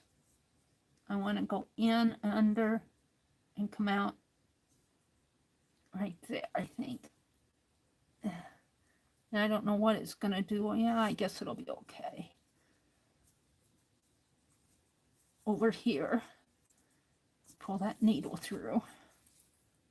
Oh yeah, I'm liking that. And then go back through here and see what kind of a mess I got over here. No, I think it's still okay. Come back over here. And I'm not going to put white around this one. I think I like these eyes the way they are. And just come through and make a little knot, because I'm getting at the end of my thread here. Come on.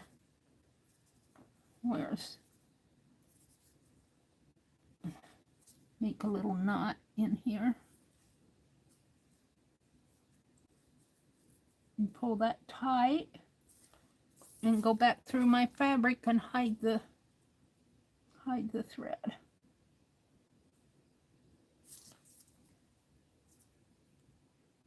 I might have to bring that together a little.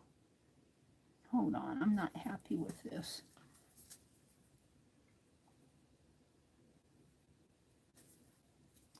So I missed the citywide garage sale. We didn't get to the beard contest. He went fishing yesterday. They did more driving, I think, than fishing. I said, did you catch anything? And they went to one, they go to these state recreation areas, and they went to one they hadn't been to for a long time. And they didn't catch anything, so they went 10 miles down the road, and they didn't have much luck there, so they came back this. They went to 3 different spots. I'll bet they drove over 100 miles one way. All right, now let's click this.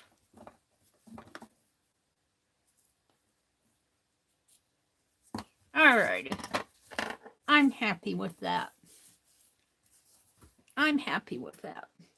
I'm not happy with this cone-shaped head, but that's a next birdie that I make, not this one, but the next one, I think I'll cut a round head.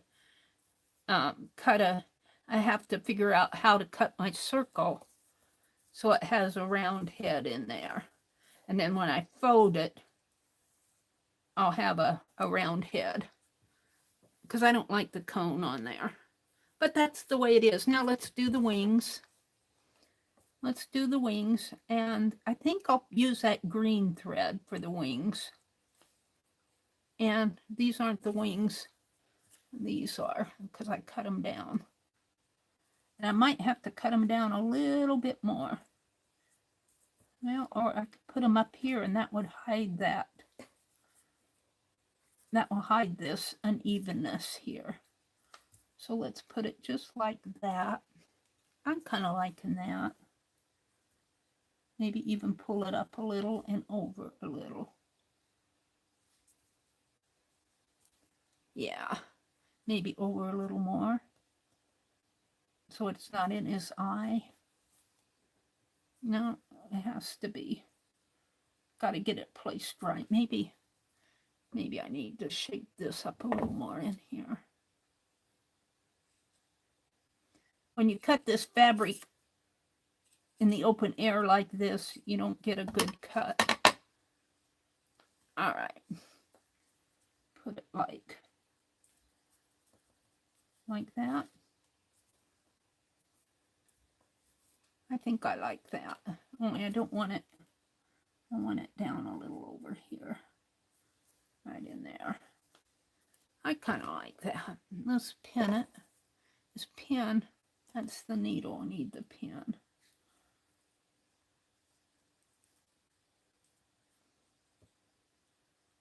And that kind of hides that. It doesn't hide the vertical stitches, but it hides the open, uneven area in there. So let's do that. That's the wings to the other bird. Where's my other wing? Over here. And I'm going to use this thread. And it looks like it's old thread. Looks like I got some walnut ink on it there.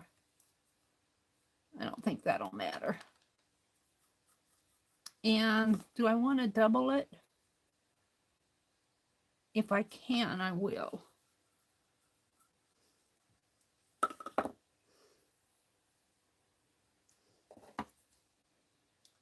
Now, if you don't want to make a knot, you can thread both open ends through the eye of the needle and have a loop down at the other end. And they do what they call a hidden knot. I don't know if both threads will go through this eye. Yeah, they did. So if I come right in here, and I don't have to hide my thread, I can just start right here at the edge of my wing. Right. Well, let's start over on this side. I want to fix this a little more anyway. Get it down a little.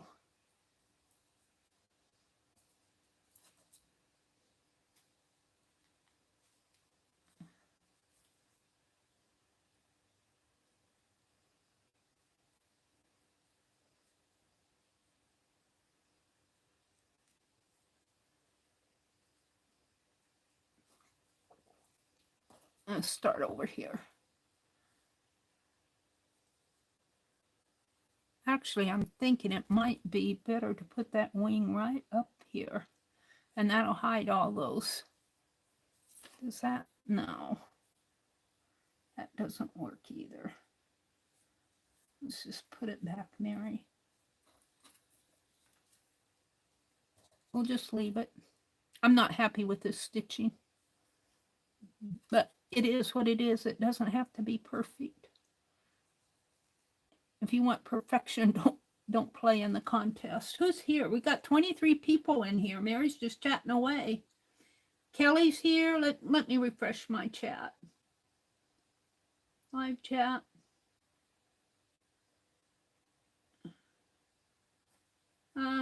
Cheryl's here. Oh, is he adorable? Thank you, Cheryl. Cheryl says she's trying. Hi, Lisbeth.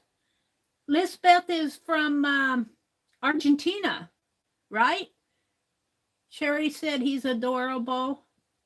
Ah, thank you, Allie K. Hi, Allie K. Laura, Jersey. You love the birds? I have the first one I made hanging up on my camera stand. And what did I do with it? The other one's buried. He's hiding. This one, Chaz won this one Friday night. We found a dove. I glued the dove on with glossy accents and the bow, the butterfly, and the feather crown up here. But we really fancied him up. I don't think I have any more tatting that I want to put on here, but I have something. Maybe we'll see what I have in there. I like a tatted tail, but I made the beak smaller here. I had to cut this bird's beak down a little. It was way too big. I trimmed it down after I made it. And oh, it's much smaller now than this one. But I can't get used to a cone-shaped head. But we'll leave it that way. All right. Now, who else is here that I haven't said hello to? Lala's here. Paula loves art. Hi, Paula. Lord Jersey. Allie K. Cheryl. Sherry Van. Who else am I missing? Sherry, Paula. Sherry, Laura. Stacy May. Hi, Stacy. Catitude. Thank you guys for popping in. Allie says, I guess Constead chiropractic is more specialized than regular chiropractic. And Cheryl's in the process of moving. She'll say, I'm good, Jersey, moving next month, hopefully. And I know how that moving thing goes. I've moved so much in my life. My heart goes out to you, Cheryl. Okay, I'm going to start. Actually, let's start, well, I wanted to start down there. That's so close to the eye. Let's start right here. And I don't have to hide my thread because I threaded the open ends of the thread through the eye of the needle. Let me pull it in through. And so I've got a loop down here. So all I have to do is put my needle through the loop and we have a knot without having to hide the thread. And I really do like that. Now I'm just going to do, again, running stitches here. And let's pull this needle forward just a little. Every time I pull on these needles, I think of those little games where you pull the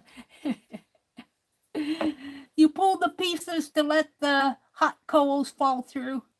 All right, we're just going to do some running stitches here in here. And I'm trying not to go through to the other side, but there's fleece in there too. So just do a couple little running stitches. My needle is way too big and it's not as sharp as it should be. These little whimsical birds are inspired by Janet Nash. Janet does so many creative things. If you haven't found Janet Nash, you need to find Janet Nash. I think most of you have found her. She's over in England, London, or maybe a suburb of London. I'm not exactly sure. UK. And she always takes Freddie out for a walk. And Freddie is her partner in crime, her dog. And I saw where Aunt Beck won her the little doll she made. She had a giveaway, and Aunt Beck won it. And Aunt Beck's doll's name is Eloise, I think. And Eloise, and I think the doll is that Janet Nash gave away as a king, if I remember right. So Eloise and the king are enjoying time together over at Becky's house. Well, we have fun with our little stitchery projects, don't we? I'm still working on my Nancy Drew. I need to clear off around my sewing machine so I can sew her top up. Oh, I'm liking that. What did I do here? What's this? Oh, that's not, is that thread? I think that's part of the fabric, it's a leaf, isn't it? Is that thread? No, I think that's part of the fabric. It's just part of the fabric. Looks like a thread, but there was a leaf there. One of these leaves. We'll leave it. It is what it is. I don't like it. I'll put a charm. I'll put one of those black laces around that. Yeah.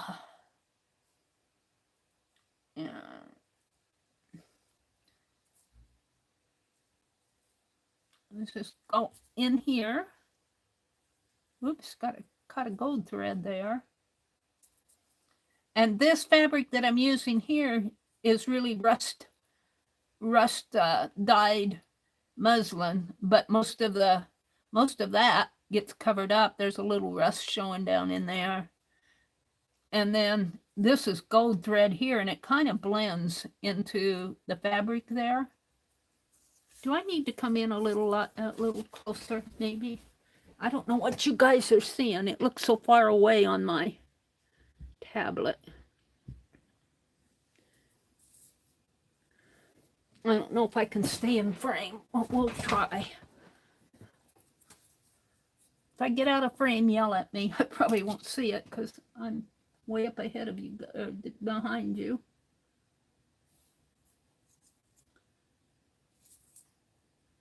Cheryl dropped a link to Catitude's channel.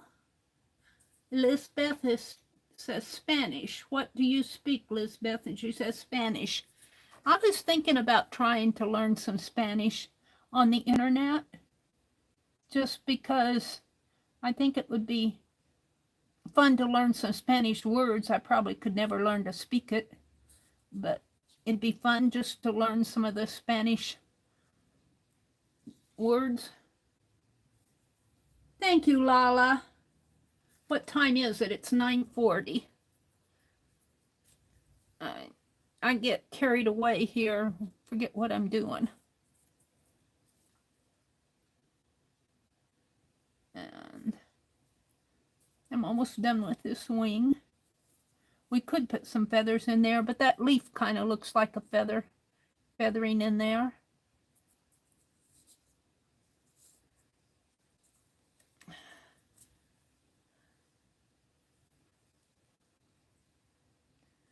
And this thread that I'm using, of course, I got at the thrift store. I didn't buy this. And I think I spilled some walnut ink on a part of it. Oops. All right, now I think I want to do another row in here with this green. And it'll be closer to the black here, but it'll get whiter down in there. So the running stitches are pretty easy to do. And I'd like to make them not even with the, like to make them,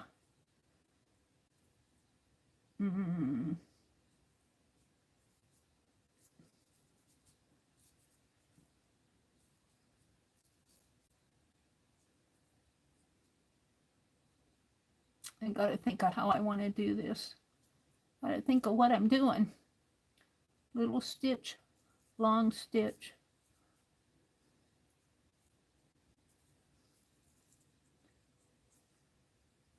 Now let's pull that through, see what I have.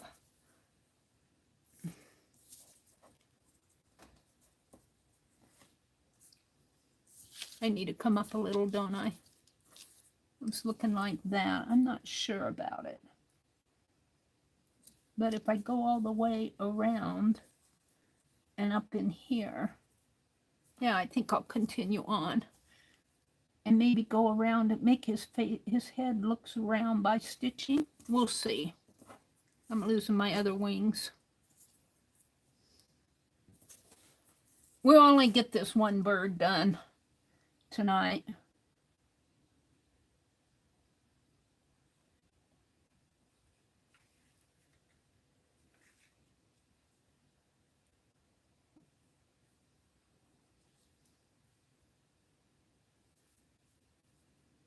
One more little one in here.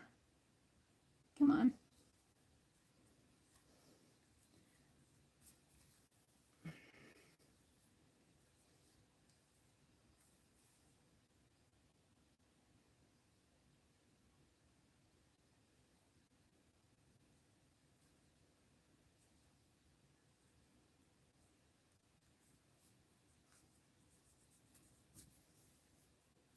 See, and I'm not hitting any of that in there.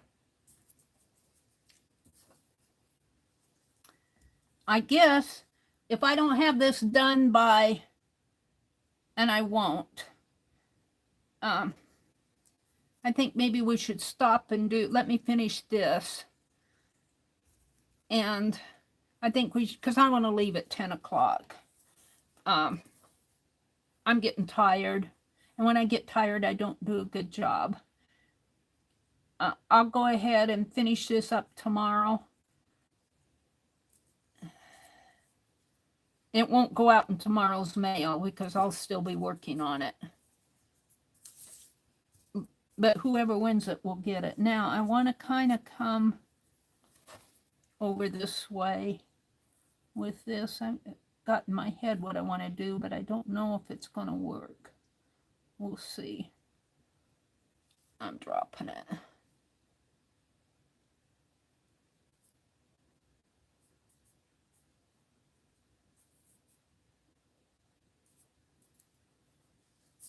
And come over this way, and then I want to go back.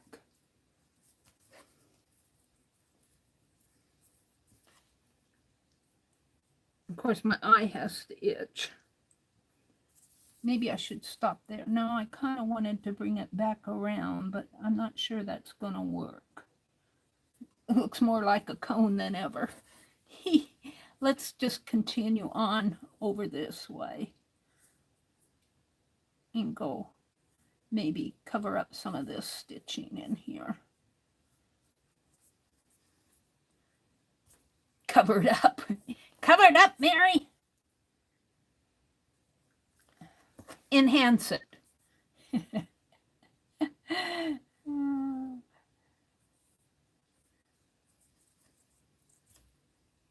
Make it look better.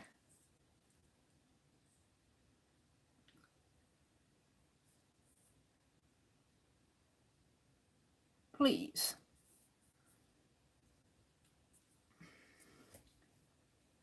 There. And let's go, keep going clear over to here. Yeah. And then come back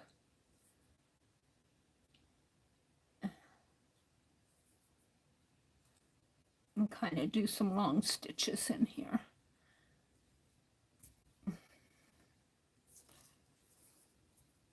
Like this. Kind of enhance this area.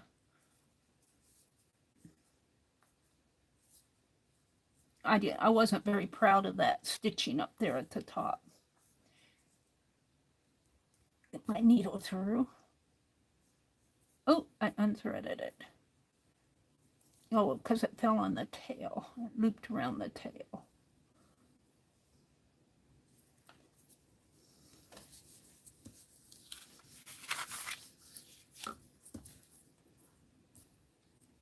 See if I can get this threaded again.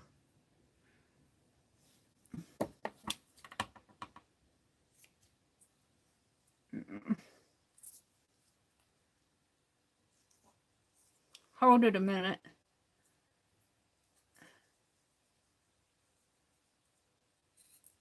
Ah, stupid thread.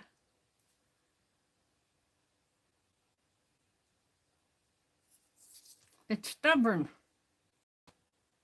I need my embroidery scissors. All right.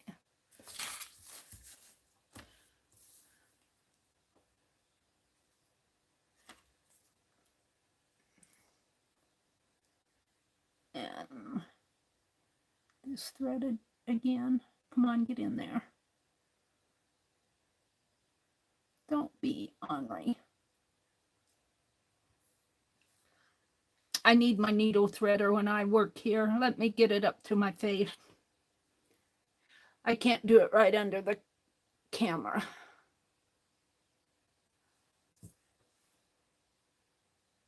Whoops.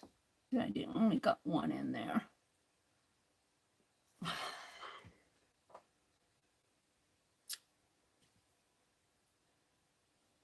Hold the phone.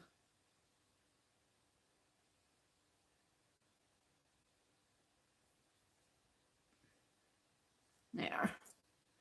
It's always when you get to a shorter thread, it's easier to pull out. So I want to bring this over to here.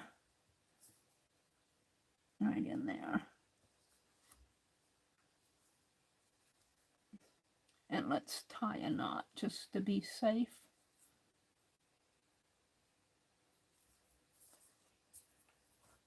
Just to be safe. And I'm going to come back one more time. Well, maybe not. Need it to go in here.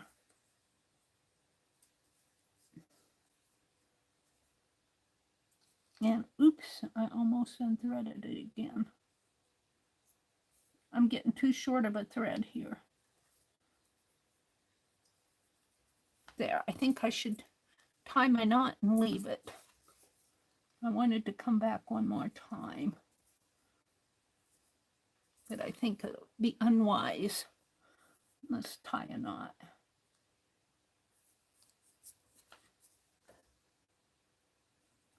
Right in here. And I'll have to finish the other side tomorrow.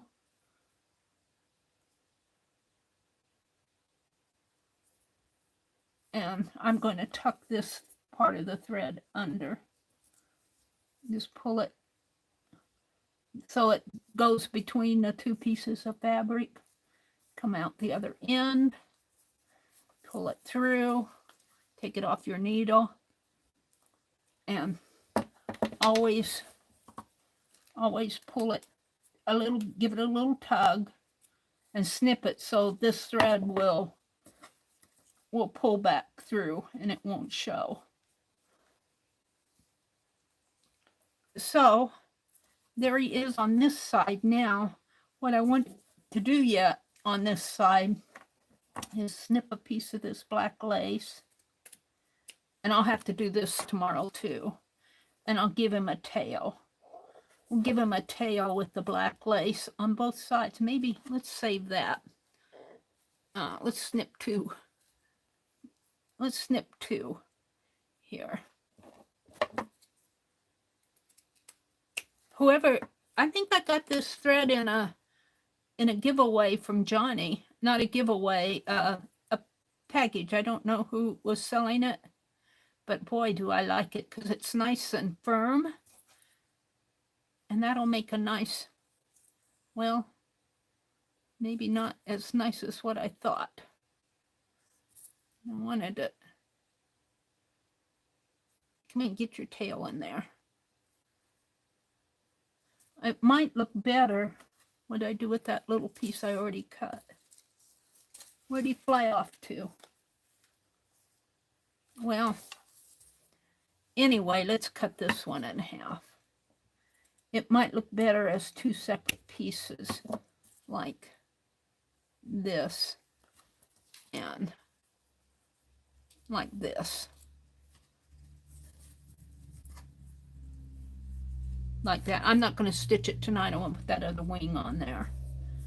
And I might even take a little, because I was thinking of making a little piece like this on the tail. This might be nice. I'll have to get it shaped up. Maybe putting this in between them, like so. That would look pretty. But I have to place it and everything. So we're just going to leave this for now. I'm going to go ahead and do the giveaway. Let me turn this is the one I gave away the other night. So we're going to do another giveaway. If you're out there lurking, you're welcome to come in. If you've been watching but not chatting, you're still welcome to play. You're still welcome. If you're up in the balcony, get on down here if you want. And I'm going to do more to him. You know, he's got the other side to go yet. I'll work on him tomorrow. Probably listening to Dee Dee. And I don't know, I might do a little bit more in here. I'm not sure I'm happy with the head area. He needs something up here. I don't know if a hat or a bead, or I'll just play. We'll see how it turns out. I'll do put the finish on my community tab and in Fib Diggity. I'm looking for my pen. So how many are in here? 21. We're going to do giveaway on Whimsical Bird. And this was Chaz won this on Friday. And this is 7/16/2023. And the range is going to be between 1 and 50. Don't say anything until... Thank you, Sherry. Thank you, Cheryl. And who knows, I might make more and have another giveaway later. I don't know. We'll see. I get to making these, and these are just fun to do. They're kind of like the little doodle dolls, aren't they? They're kind of like the little doodle dolls. Am I out of frame if I come down this way? Between 1 and 50, let me type in go. And I'll need your address if I don't have it. There we go. The range is between 1 and 50. And while you guys are saying your numbers, I'm going to go out to random org. I should be there from last night, and I have to reset it.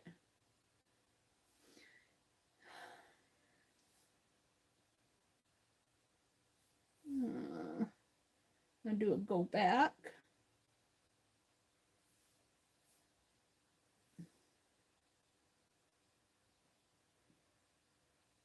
Between 1 and 50.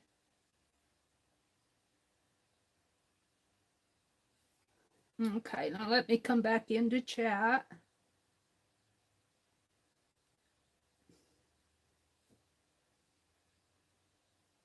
Thank you, Paula. Brenda, choose another number between 1 and 50.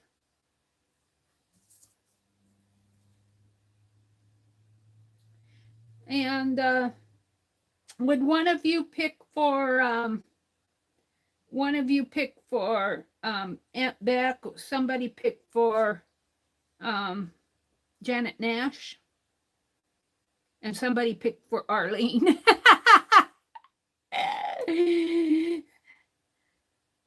Arlene is usually in bed at this hour. She's well, she should be getting up though pretty soon. Thank you, Mina. Mina, did you pick for yourself? Pick a number for yourself. Thank you, Sherry. Somebody pick for Arlene, for Janet Nash. Yep, you picked for yourself? Why don't I see it? Oh, yeah, you're way up there. All right. Somebody picked for Arlene, and I'll quit. Oh, we got 2 for Becky. Well, we'll give Becky 2 chances to win. They're 10 apart. Usually when we do this, somebody else wins anyway. Somebody pick for Arlene. All right. Oh, Allie K picked 20. Somebody pick for Arlene. I'm not going to play until somebody picks for Arlene. Of course, my laptop is slow. Let me refresh.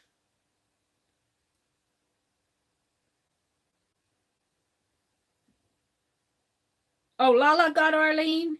Oh, okay. All right. I missed it because I didn't go up and look. All right, we're going to type in stop, S-T-O-P, and send. And then, am I out here? Am I in frame with this? I'm still, no, let me stand up. I have to unplug you guys. Yeah.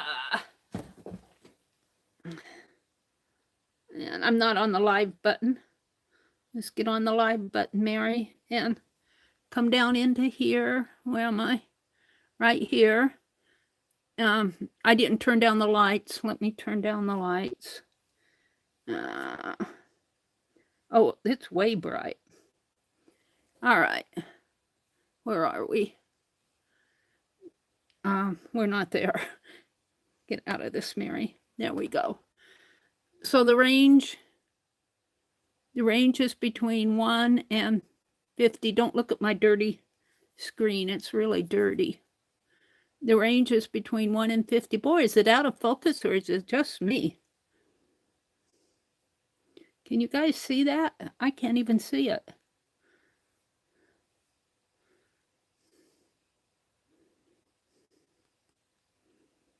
There. Maybe because I didn't have it maximized. All right, between 1 and 50, and we don't have any numbers yet. We have to hit go. So that's part 2, get sequence. And the number is 8. Does anybody have close to 8? It's 8, 22, and 15. So if there's no number close to 8, 22, or 15. And let me get back into chat. I'm going to write 8, 22, and 15.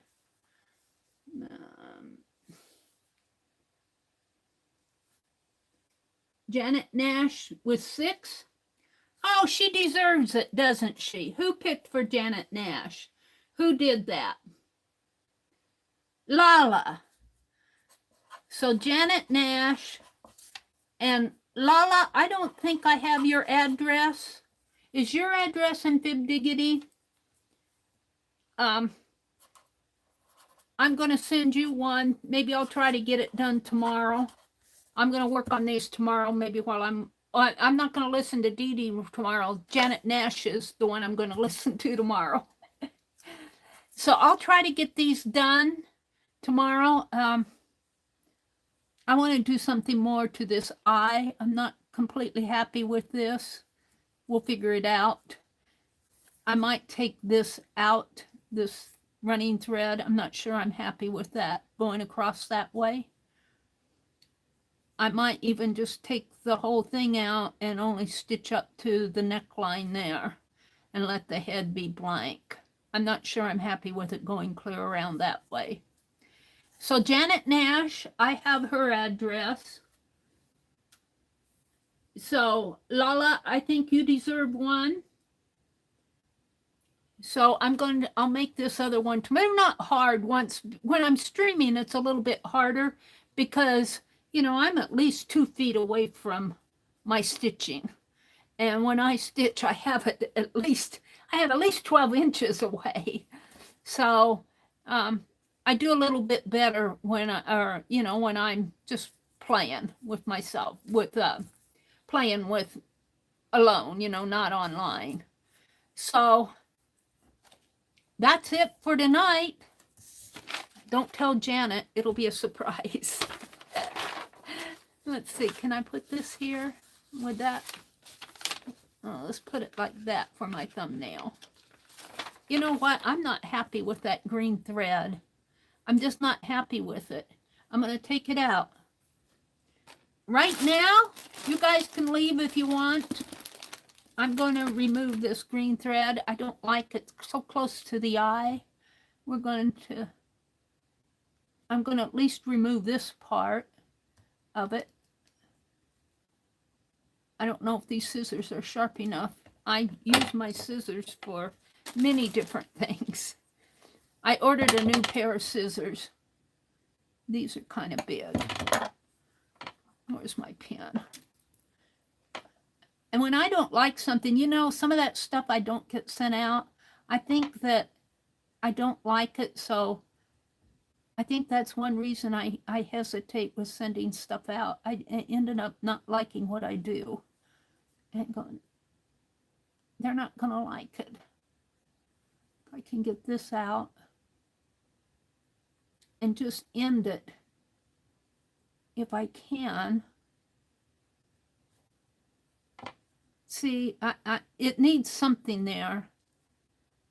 And I might go back and take this out and do the same thing up here that I have up there, but maybe clean it up a little in here. Oh, and I ripped this all out and I wanted to take a picture of it, but I didn't like it. Let's clean this up a little here. Oops, I don't want to cut the fabric. I need my little scissors in here. They're in the, by my recliner.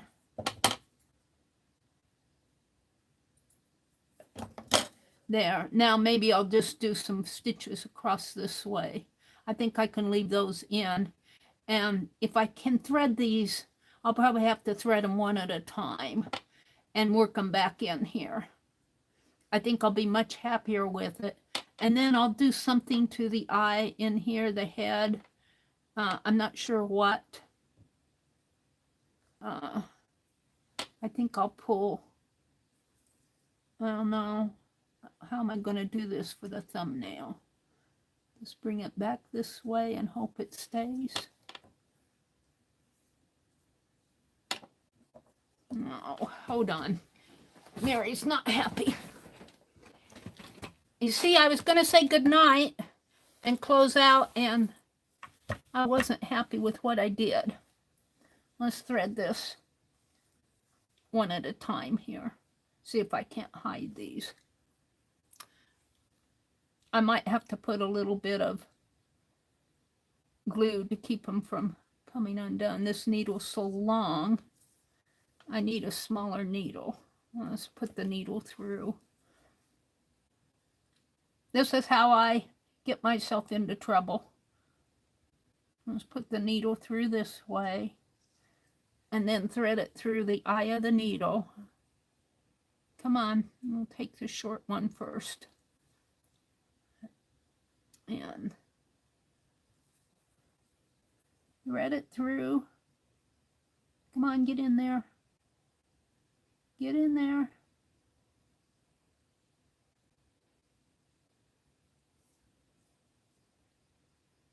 There.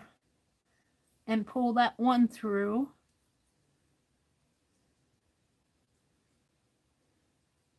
And hide him in there. And we'll have to cut that short, but I'm not going to do it until I do this other one.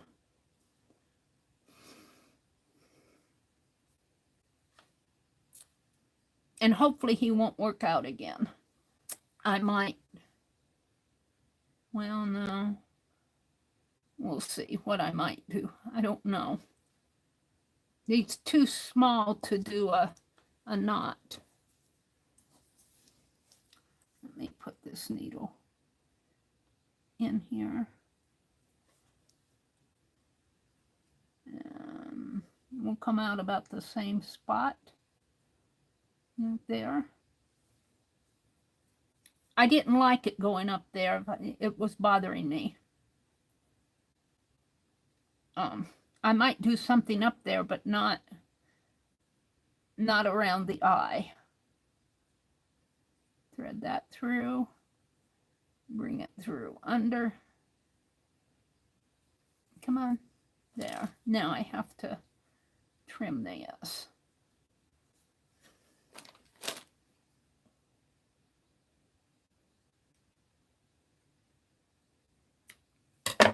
And give it a little tug. And I think those will stay in there. But I might take just a tad bit of glue, just a little bit of that fine point art glitter glue, and just